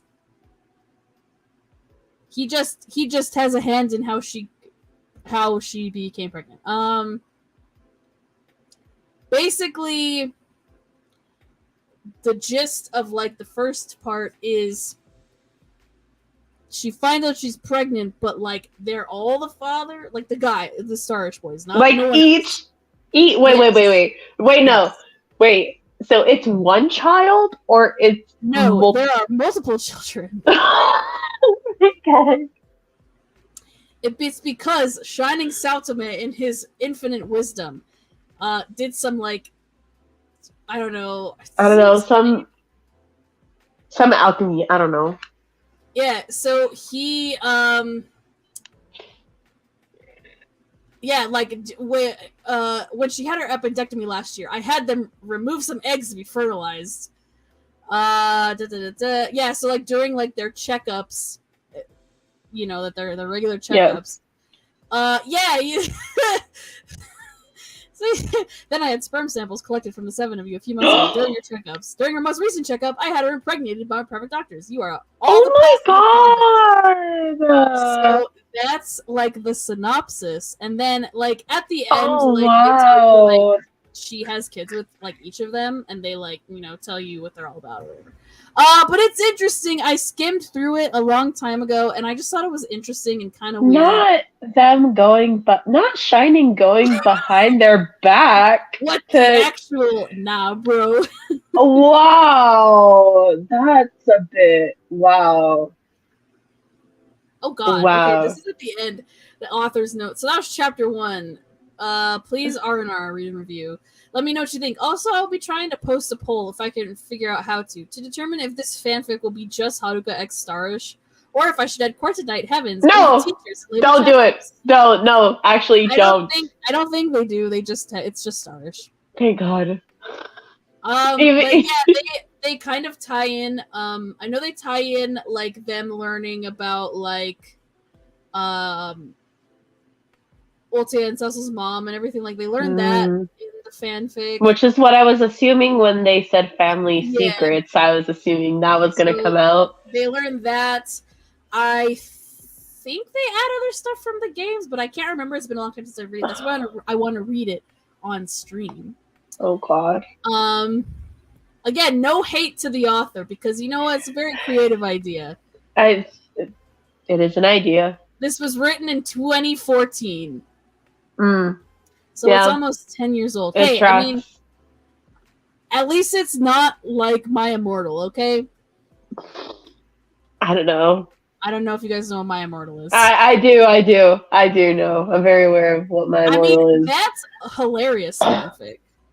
That is actually very funny. That I'll read to myself. If I feel sad about anything, I'll just go and read parts of My Immortal out loud and just laugh. But this one is How many chapters are there? Oh, there's 12 chapters in an epilogue. Oh, so it's completed. Yeah, it's complete. Oh my god. Okay. Yeah, the last update was September 10th, 2014.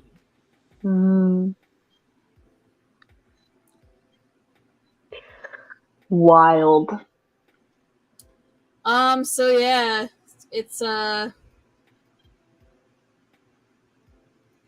yeah, so they have 12 chapters in epilogue. I don't think it's a very long fan fiction because I'm able to scroll just a few times And get to the end. and get to the end of a chapter. So I don't think it's a very like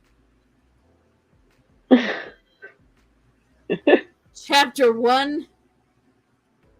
We're okay. Wait, what? Damn. That's way before I joined. Yeah, it's from. Yeah.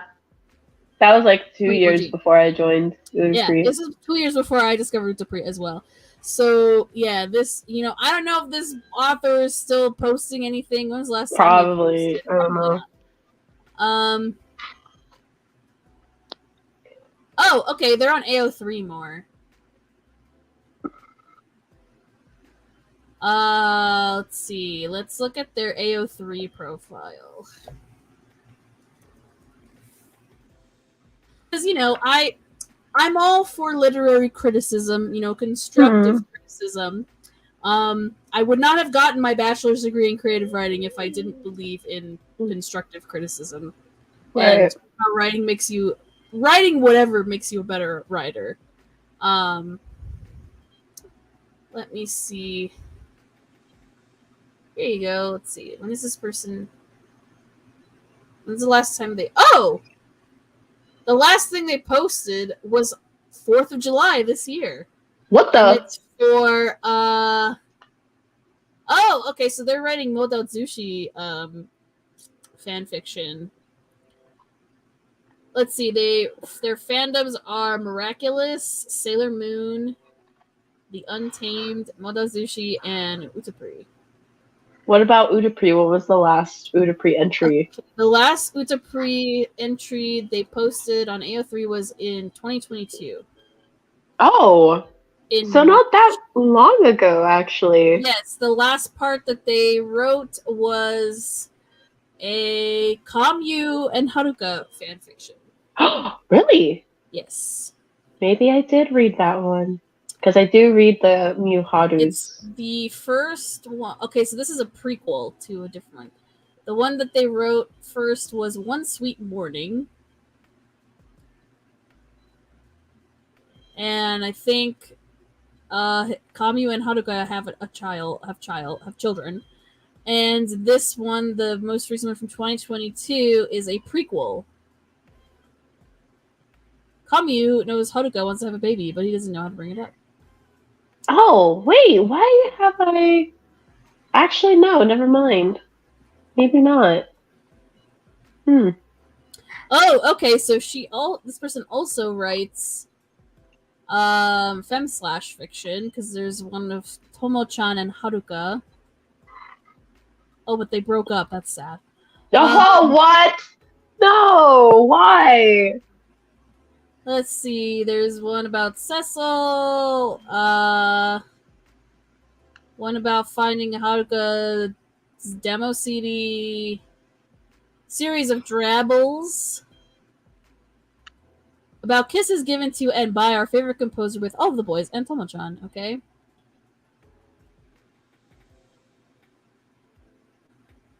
Interesting. Okay. So yeah, so they did not post Utapri New Generation on AO3. On AO3, okay. It's just on fanfiction.net. It's fanfiction.net exclusive. So I assume that they've grown as a writer, clearly. Right. With their Utapri fanfiction. Because the first Utapri fanfic I see on there on AO3 that they posted was from 2020. So, good for them. Which, I mean, I get it. They grew as a writer. Yeah. Good. Link. Okay, sorry. Here, I will link you their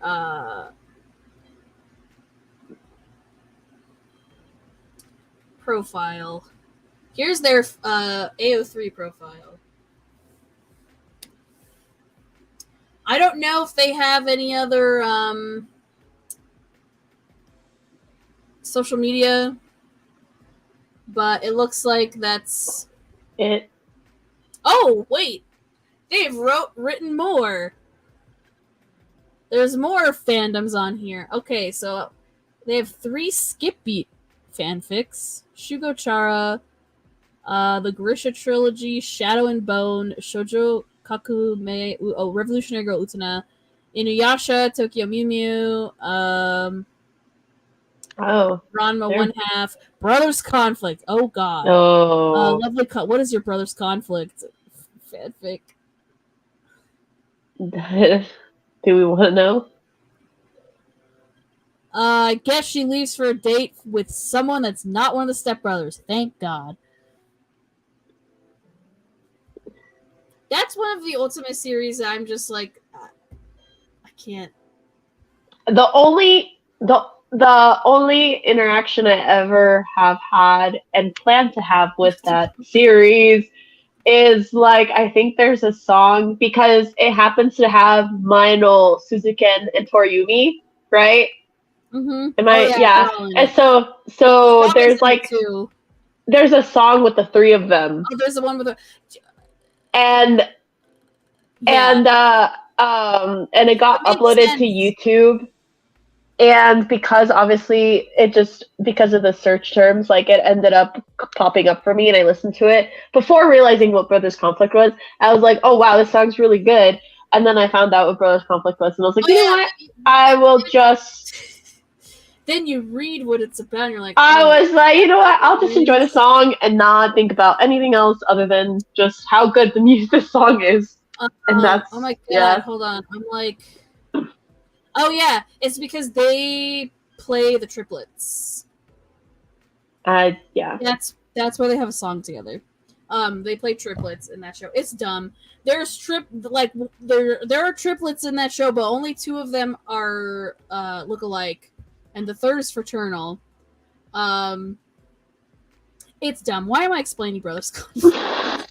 If you guys want to hear my thoughts about Brothers Conflict, go to my other podcast channel on YouTube, Q4U Podcast. We have an episode about Brothers Conflict because I forced Chantal and Danny to watch Brothers Conflict and they hated it, and so did I. But I wanted to make fun of it. So if you guys want to hear our thoughts on that, go to the Q4U Podcast channel. It's in my related channels list here on my YouTube, on my main YouTube. And just look for the Brothers Conflict episode. Guarantee you'll at least enjoy what the fuck we have to say about it. Yeah. Yeah, that's a choice. It's one of those series that has a lot of Utapri Seiyu in it because... Unfortunately. Because it came out during the same time as Utapri, and it's like, clearly we're gonna have the same kind of Seiyu in there. It's also dubbed... And it has a lot of recognizable dub voice actors in there, and you're like, why? Why would anyone want to be part of this? It's not a bad dub, only because it's really dumb. Like, the show is just dumb, and it's like, yeah, that voice works for that character, because it's just a bunch of dumb, stupid shit happening on the screen.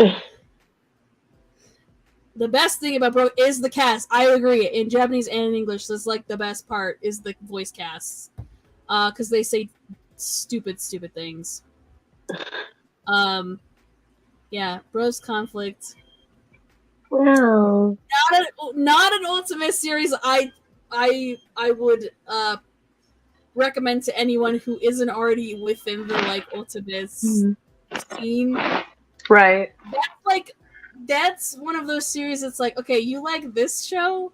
Okay, if you want to see some real crazy stuff and maybe kind of make fun of it, go watch Brothers Conflict. Because you'll be like, why? How come the oldest brother, who's like 33 years old, why is he like clearly interested in a 16-year-old girl? Oh. And also, why is the 10-year-old also interested? Like, why? I don't understand. Let's just move on. Like, I don't get it. Yeah, another one of those is that I'm like, why is Diabolic Lovers?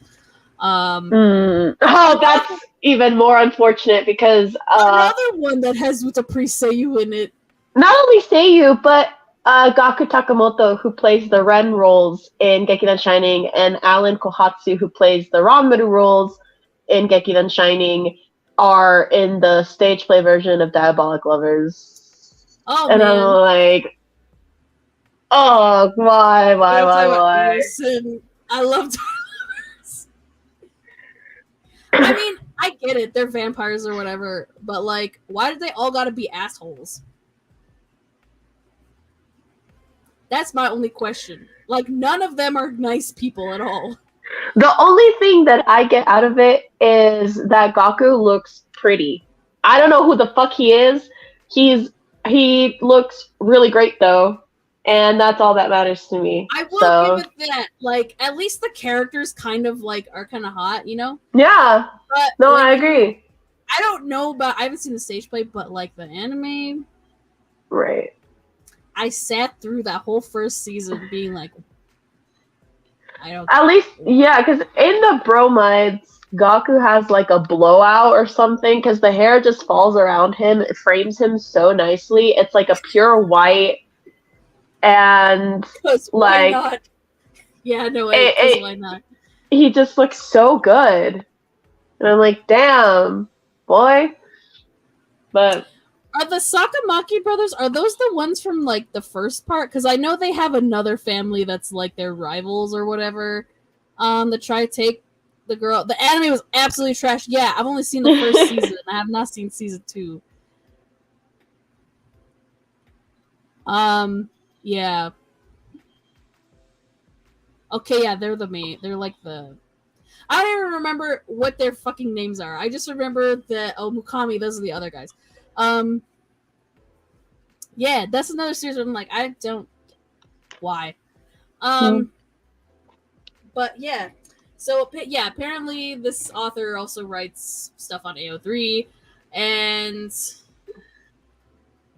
you're interested in reading one of their fics in the future. Yes, we're definitely gonna read it because I want to, and it's just weird. It's just a weird fanfic, and kind of fun. Right. And I think it would make a good episode.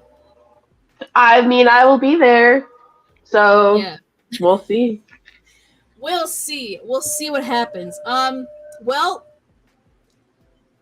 any other news? Well, Utapri's 13th anniversary happened, I believe.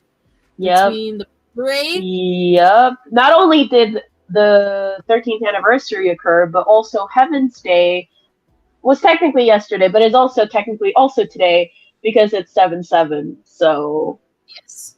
Yeah.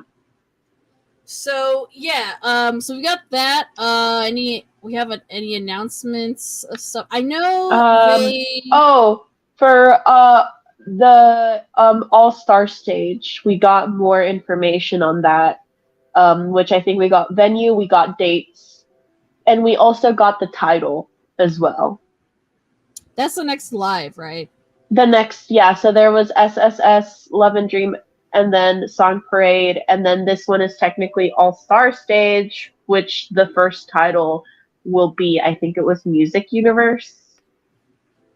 But yeah. I wrote it down in the doc, so don't quote me if I'm wrong. But I think that was all for like the big announcements, though. Yeah, I think I didn't think anything else.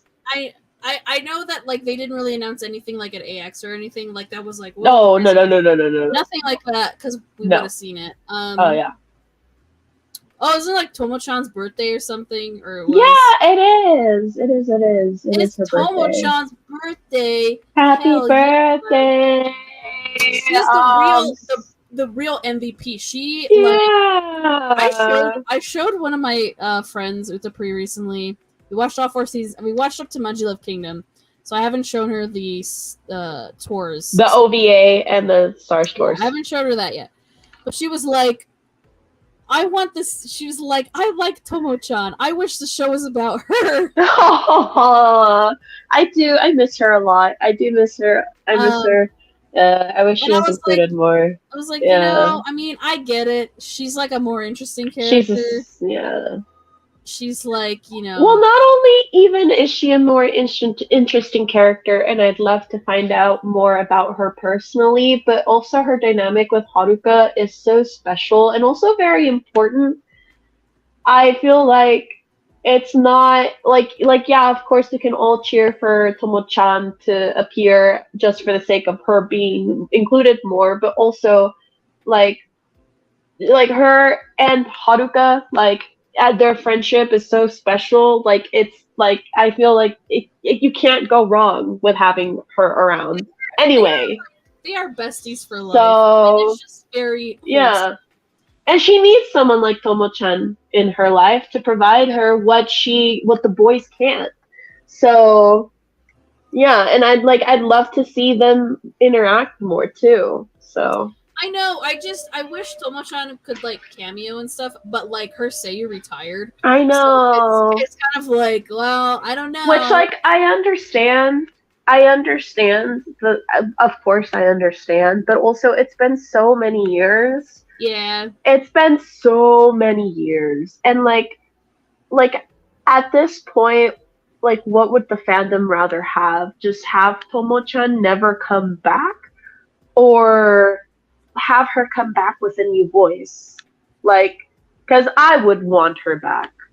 Me too. I really like her character. I think she's so fun. Yeah. And it's just like, yeah, like, I don't know. It's one of those things where it's kind of like, she's a really good best friend character, but also just like a really good character because she's what like Haruka isn't in terms of like, well, she's also an idol. She's not a composer. So she kind of like gives Haruka like insight of like, oh, this is like what the guys are probably like going through right now. Exactly. Like, exactly. Like, you just gotta, it's okay, girl. Like, we're okay. You're fine. But then she's also like very encouraging, and she supports because the guys are her friends too. So it's like she supports them also. I love. Oh my god, my favorite. I love seeing the guys and Tomochika. Like the guys, I guess it's really Starish that we see, but like I love seeing Haruka. I love seeing Tomo-chan interact with the Starish guys and like the good camaraderie and like friendship that they have. It's so cute, and I love that, and I want to see more of that. Yeah, I do too. I do too. I remember my friend that I showed to recently. She was like, she would be like a good pairing with like this character. Like she kind of like shipped Tomo-chan with like, I don't know, I forget who it was, but I was like, that's valid. I've seen people ship her with I've seen people ship her with some of them too. Yeah. And I'm like, that's real. It's cute. It's very cute. It's a cute ship. Like whoever she's with, because I feel like she definitely has like. I've seen her be shipped with Reiji. I've seen her be shipped with Ren. I've seen her be shipped the most though with Masato of all people. When I was on Tumblr, back in the day when I first I don't know why, because I didn't participate in it. Which honestly valid, by the way, but yeah. What I didn't participate in was like RPing on Tumblr, because like that seems like a nightmare because you're just reblogging everything and like it's just scroll a lot. But I followed at least like one or both accounts of this RP that was Tomo-chan and Tokia, and I liked the like dynamic. So that was a ship I saw a lot. Interesting. That RP, those people like shipped. Yeah. And I was like, that makes sense. That's cool. Okay. Yeah. I've never seen her really shipped with anybody else, but maybe that's just what my Tumblr dashboard looked like. Oh God, I'm trying to think. Yeah, no. It makes sense that she would get shipped with like Masato, or like because they're in the same class, I guess. Right. Or like Reiji's an interesting one. I have seen her be shipped with Reiji, and I know it could be because I know that they sometimes do get included together because they're both born in July, but also I know I feel like I can like tell the difference between what is like birthday art, quote unquote, like where they're just kind of appearing together, and what is like very clearly ship art. Yeah. And I've seen ship art of Reiji and Tomochika before. The But I've other all one yeah. that's interesting to me that you mentioned was Ren and Tomo-chan, but I'm like, Yeah. no, I could so see that though. Like, I would have to see how people interpret it, because I do know, at least in yeah, the games, like from my experience from like translating repeat, uh Tomo chan, she not saying that she doesn't like Ren, but she's very wary of him. Like she's very wary of him, and she's also very like, I guess like she doesn't have a high tolerance for his bullshit. Let's say that. I So totally understand that, but I also really like dynamics like yeah, that. I see where, I yeah. absolutely hate you. I cannot stand you. It's But- not like that, but then- it, yeah. But then they realize like, oh no, but like I actually kind of enjoy Yeah. being around you, and like maybe I do kind of like you. Yeah, like, because for like I can kind of see that. I kind of yeah, that's very cute. Yeah, like I guess I could see where like obviously Ren's showing her that, you know, he's not what, you know, she imagines him to be, or like, well, that would be kind of hard because at that point in time Ren is not in the right mindset to be that mature. Like he doesn't have the ability to be that mature to think that far ahead. But maybe depending on how they play out, I mean, I guess he could get to that point. But like I said, the thing with Tomo-chan, it's not that she hates him or she dislikes him. It's just that because she sees what he can cause, like what, like not the damage that he can do, but like how quickly girls will fight over him and things like that and turn on each other just to get his attention.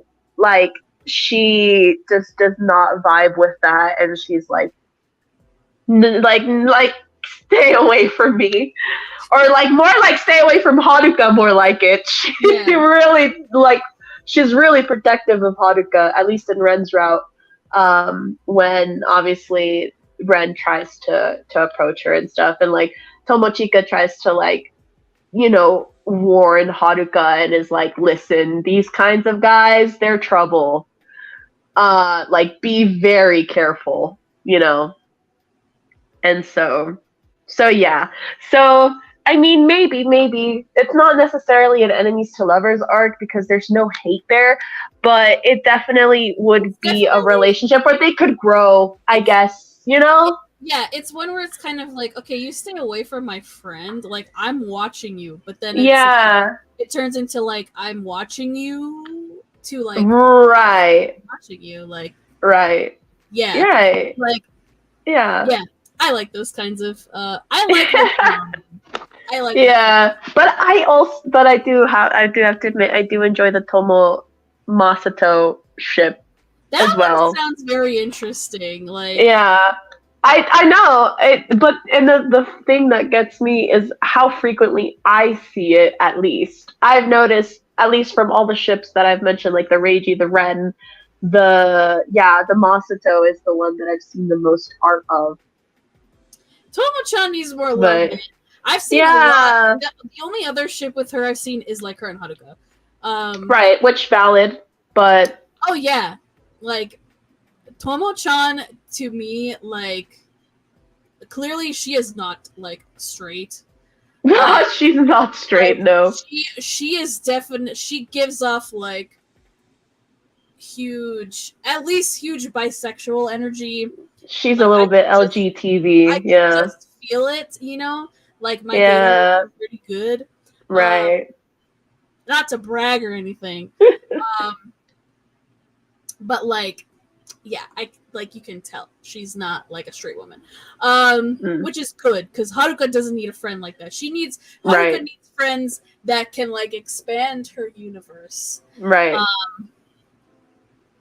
So yeah, Tomo-chan, we love you. We love you. Happy birthday! You deserve Happy the love. birthday! Yeah.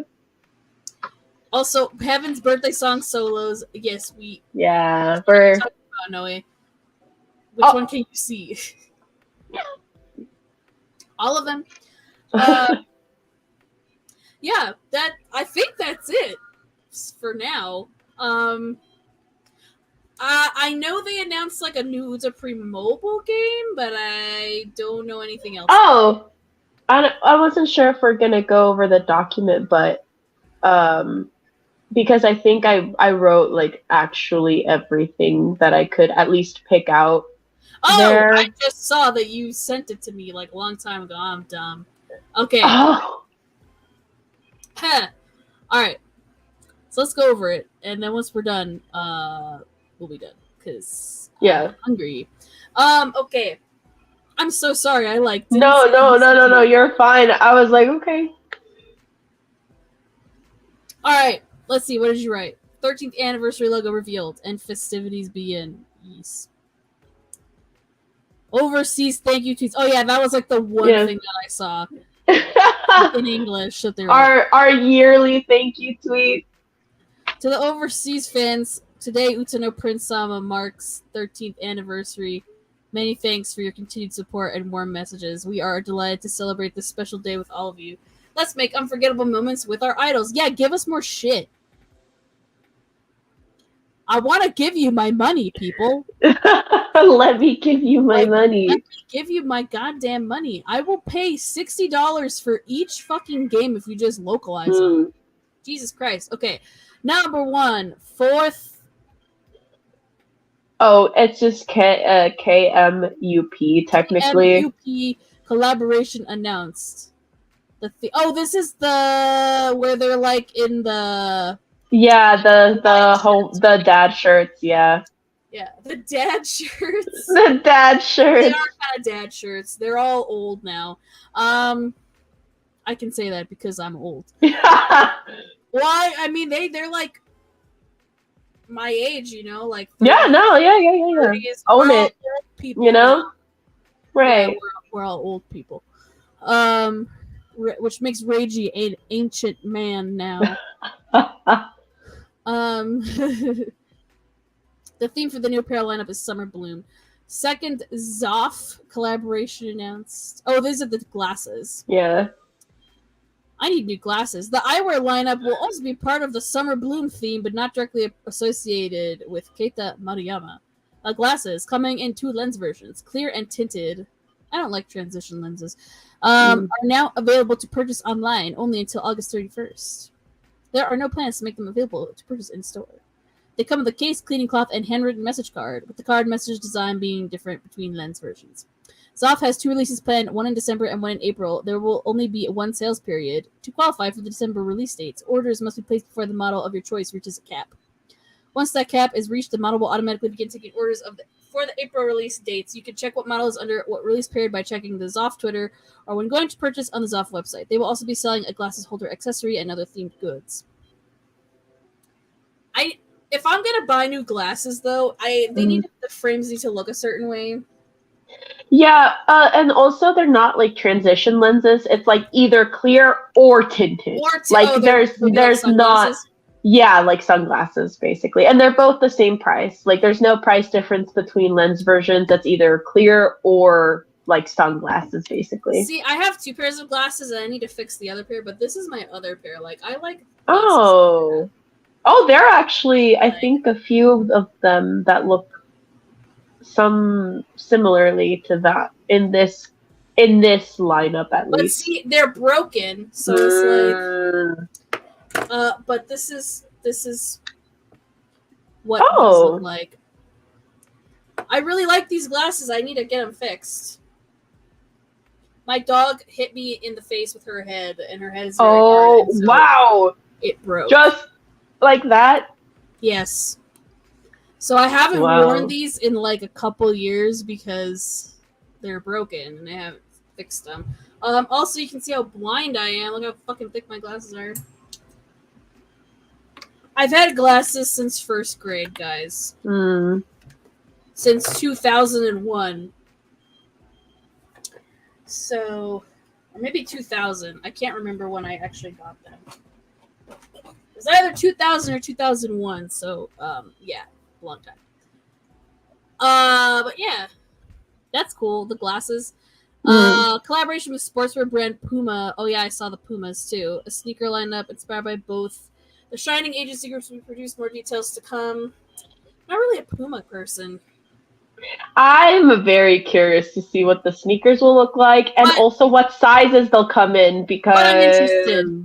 I don't think they'll fit. For me, at least. Unfortunately. Puma is one of those brands where like you're like, oh, it's a German brand. Right. It's not the German shoe brand that I wear because I like to wear Adidas. Just because I think these shoes go with like any outfit. Whereas Puma's like, I don't know. The only time I think of people wearing Pumas is like when I was in middle school and all of the guys that played soccer at my school just wore Pumas all the time. They had Puma bags and all, like they just bought Puma stuff. The franchise's pop-up Shining store will be celebrating its 10th year of operation. Damn. It will be hosting its own festivities alongside the sale of 50th anniversary merchandise. Ooh. Cafe Paradise Star is announced. This will be a cafe held over the period of a year in which the 18 idols will be separated into groups and birthday events will be held for a season. This includes special themed menu items, birthday cakes available for purchase, and other themed merchandise. Ooh, okay. Here's the seasons. Season 1 will include Tokia, Sussel, Gamadu, Eichi, and Eiji from August 1st to September 3rd. Tokyo Cafe location runs until October 31st. Season 2 will include Masato Kamyu, Nagi, Van, and Shion from November 1st to December 3rd. And the cafe runs until January 31st. Or the Tokyo location. Season 3 will include Otaya, Ren, Ai, and Yamato from February 1st through March 3rd. Tokyo Cafe runs until April 30th. Season 4 will include Natsuki Sho, Reiji, and Kita from May 1st through June 2nd. Is that everybody? Yeah. That's 18 people? I don't know. It doesn't look like there's 18 names there. Anyways. Wait. 1, 2, 3, 4, 5, 6, 7, 8, 9, 10, 11, 12, 13, 14, 15, 16, 17, 18, yeah. It's because they're separated, so it's just like 18, but it is. Dramatic Masterpiece Show. I like that you wrote it in all caps. Announced. Drama CD collection and exhibition. I'm just saying it because you wrote it in all caps with like a million exclamation points. Keita Maruyama in charge of costumes. Stars Course Nine Heavens. Woo! More details. I love the enthusiasm. Thank you. I was really excited. Quartet. Oh my god! Quartet. I was very excited and surprised about this news that Quartet will be getting their best album with 2 new songs sometime in 2024. Damn! Yeah. Whoa! This is a long time coming. Finally, I'm so excited. I'm so excited. I'm so excited. I'm ready. I'm ready. I've been ready. I've been waiting. Let's see. I bet everyone's excited about that. Woo!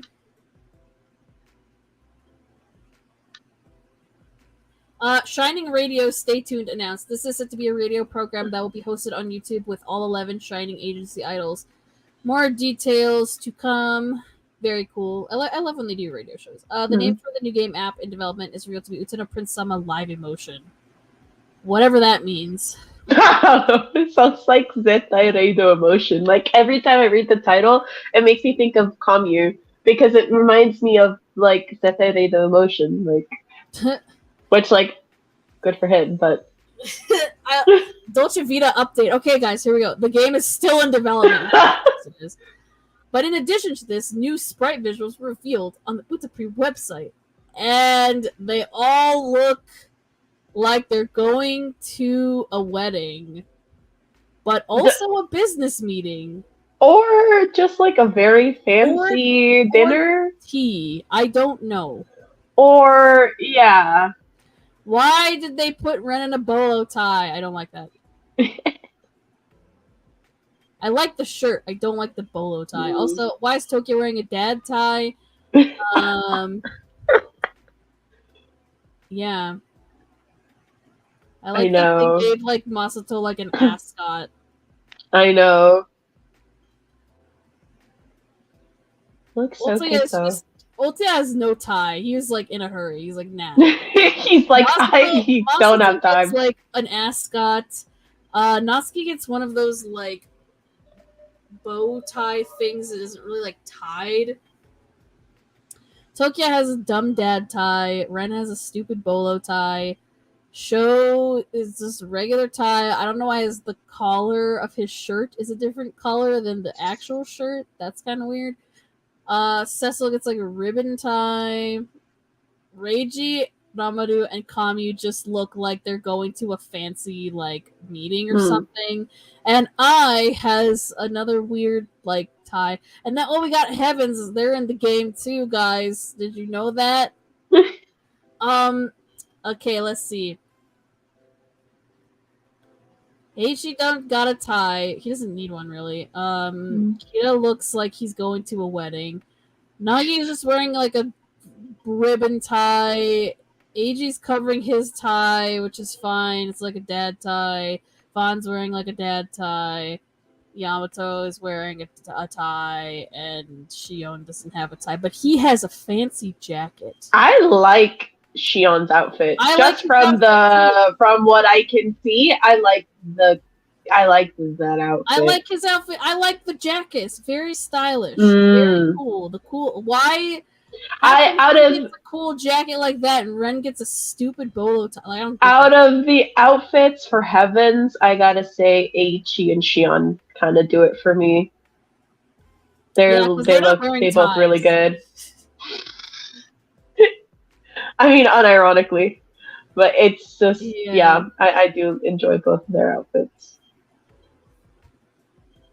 I'm curious to see what the hell this game's going to be about, because I'm like, where are we going? Where would we see this? For? Yeah. Like, what the fuck is this? Like, where? Like, is this really a date outfit? Like, yeah, are we really going to go on a date like this? I do not want to go on a date with Tokyo wearing this dumb tie. You need to take it off.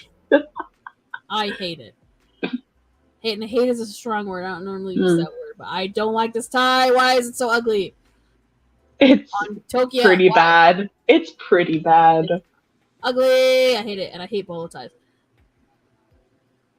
I just don't like bolo ties. I mean, Ren pulls it off, but I still just the tie itself. Yeah, I don't personally. I don't see anything wrong with Ren's outfit. I'd have to say, I even like it. I like it. I just like the bolo ties. Fine, whatever. I just don't like them in general, like bolo ties. That's like the one thing about like Attack on Titan that I can't take seriously is like they give him a fucking bolo tie when they. That tie on that tie on Tokyo really bothered. Actually, Tokyo's outfit really bothers me. Why would he wear this? He would not wear this. No, okay, so let's dissect this outfit, right? So it's a black a black jacket, a white vest. Noemi says it's our wedding. A light blue blouse and a dark navy blue ass blood crimson red tie. The striped tie. It looks really bad. I don't like it. Okay, so we had some. It's either like two separate outfits trying to be one outfit, and I don't It just does. It's not well Like, coordinated okay, because it's either work, keep, it would work better yeah. if he took the jacket off. I agree. You either take the jacket off or make it a lighter color. Or you change the tie. Or change the tie. It's either change the color of the jacket, make it lighter. Like make it like a more neutral color. Or just get rid of the tie or make it a different color. Like if you have to keep him in the tie, like make it different color. But that's a very tragic Look how outfit. they massacred my man. Why would you do this? Why would you do this to him? Why would you make him wear this outfit? I don't like it. Yeah. But other than that, everyone else is pretty inoffensive, honestly. If he took the bolo tie off, he could look like, it's like Miami Vice or something, but it looks good. Okay.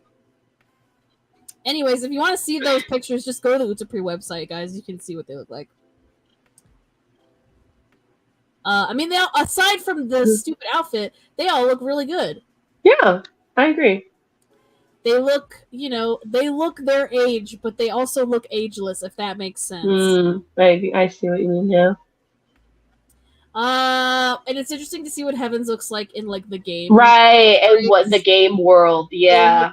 They look different, of course, but you can still tell it's them. They look like they're more, like, from the games. Right. Which is cool. First series of merchandise for the new Shining store is revealed, and advanced lottery for tickets to the Harajuku and Nagoya stores begin. Prince Cat website is updated with Prince Cat merchandise under the KMUP Summer Bloom collaboration. More information on All-Star Stage is revealed. The title will be Music Universe. Dates are from March 7th through the 10th, 2024. Venue is Makuhari Messe. Yeah. Lighting screening announced for Stars Tour's I Love You version, non-cheering by Shin Bungeza. Tickets on sale July 15th. Tokuten will be provided for the screening. Stars Tour's live ticket with idle message on the back 7 times. Lighting screening refers to LED lights that frame the screen being synced to the movie. That's cool. Happy birthday to one gorgeous girl, Tomochiga Shibuya. Yay! Happy Heaven's Day. A birthday song collection has been announced for the Raging Entertainment Idols. September 1st will be the first idol in the lineup. Each song will be released at midnight on their respective birthday. Oh, he's a Virgo? Yeah, that makes sense. As a fellow Virgo. Oh, maybe that makes sense as to why I like him then. And that makes sense as to why I'm like, you're kind of annoying because you're a fellow Virgo. I don't know, it's hit or miss for me. The franchise's Pop-Up Heaven's Garden will be hosting its 5th pop-up and releasing merchandise based off the April Fool's Project Raging Supermarket. Oh, that's cool. The store will be run from October 14th, 2023 through October 29th, 2023. More details to come. Wow, really? For like a week? Yeah. Well, shit. Okay, that's all the news, guys. Thank you once again for writing. I like these logos that they put for the Dolce Vita. Yeah. Me too. I was actually thinking that last night when I was putting it together. Yeah. Okay, you know what? After looking at Ren and Tokia's outfits next to each other, I like Ren's now. I still don't like Tokia's. He can keep the bolo tie, I guess. You just had to step away for a moment and then come back and reassess on Ren. Why would you guys do that to Tokia? No, that's so like that? I know. Like, and he's right in the middle here. Why would you do that to him? Why couldn't you put like his signature color in there or something? Why not put some purple in there, man? I don't understand. He would never wear this outfit. I don't think. I don't think anyone, and when I say anyone, I mean Ren, would let him walk out of the house like that. Like, are you kidding me? Exactly. He would be like, no, bro, you don't look good enough. Like nobody, none of the other 6 Starish members ever for a second saw Tokia and were like, hey, maybe let's, like, not wear that. No, I like your just ellipses. Yeah.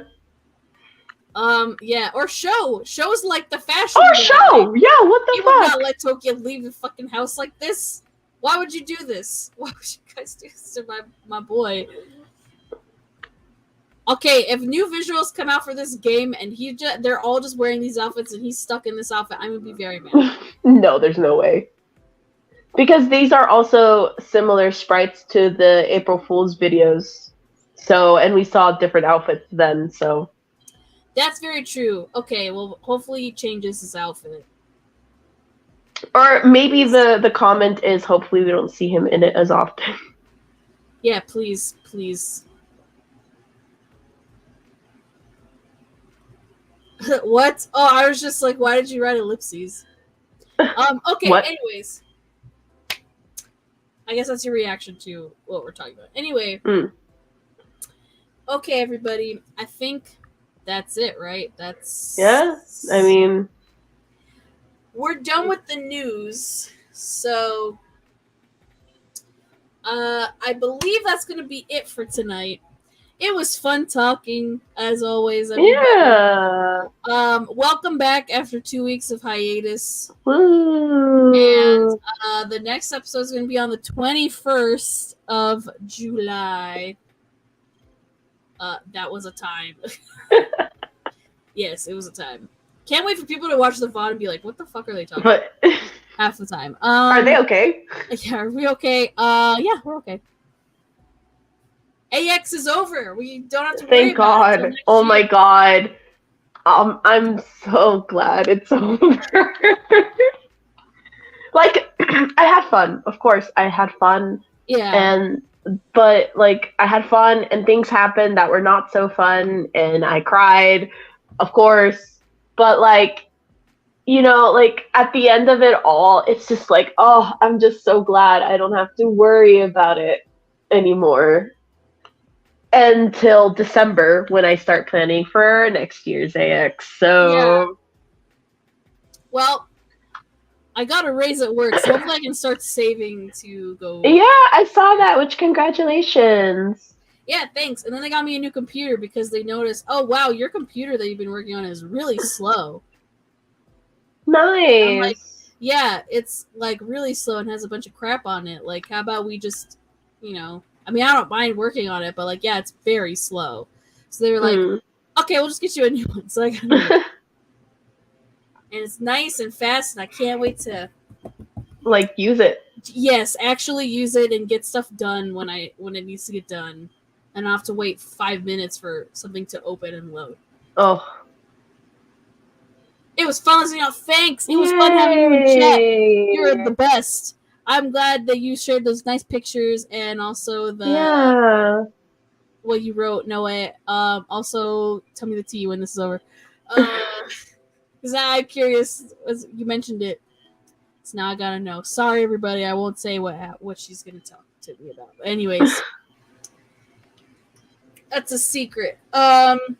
Anyway, we'll see you guys in 2 weeks on the 21st, which is the next episode. I don't know what the theme is yet. Maybe we'll read the fan fiction in the next episode. I'll see if I can invite Annie again and see if she wants to be there. So have like a little panel of like, judges. Yeah. Or like, yeah. Yeah, it'll be like a workshop environment. Yeah. Where we read the chapter and we kind of give our feedback constructively. Right. Of course. Because again, this is from like almost 10 years ago. I'm right. very sure the author has grown as a writer, of course. Right.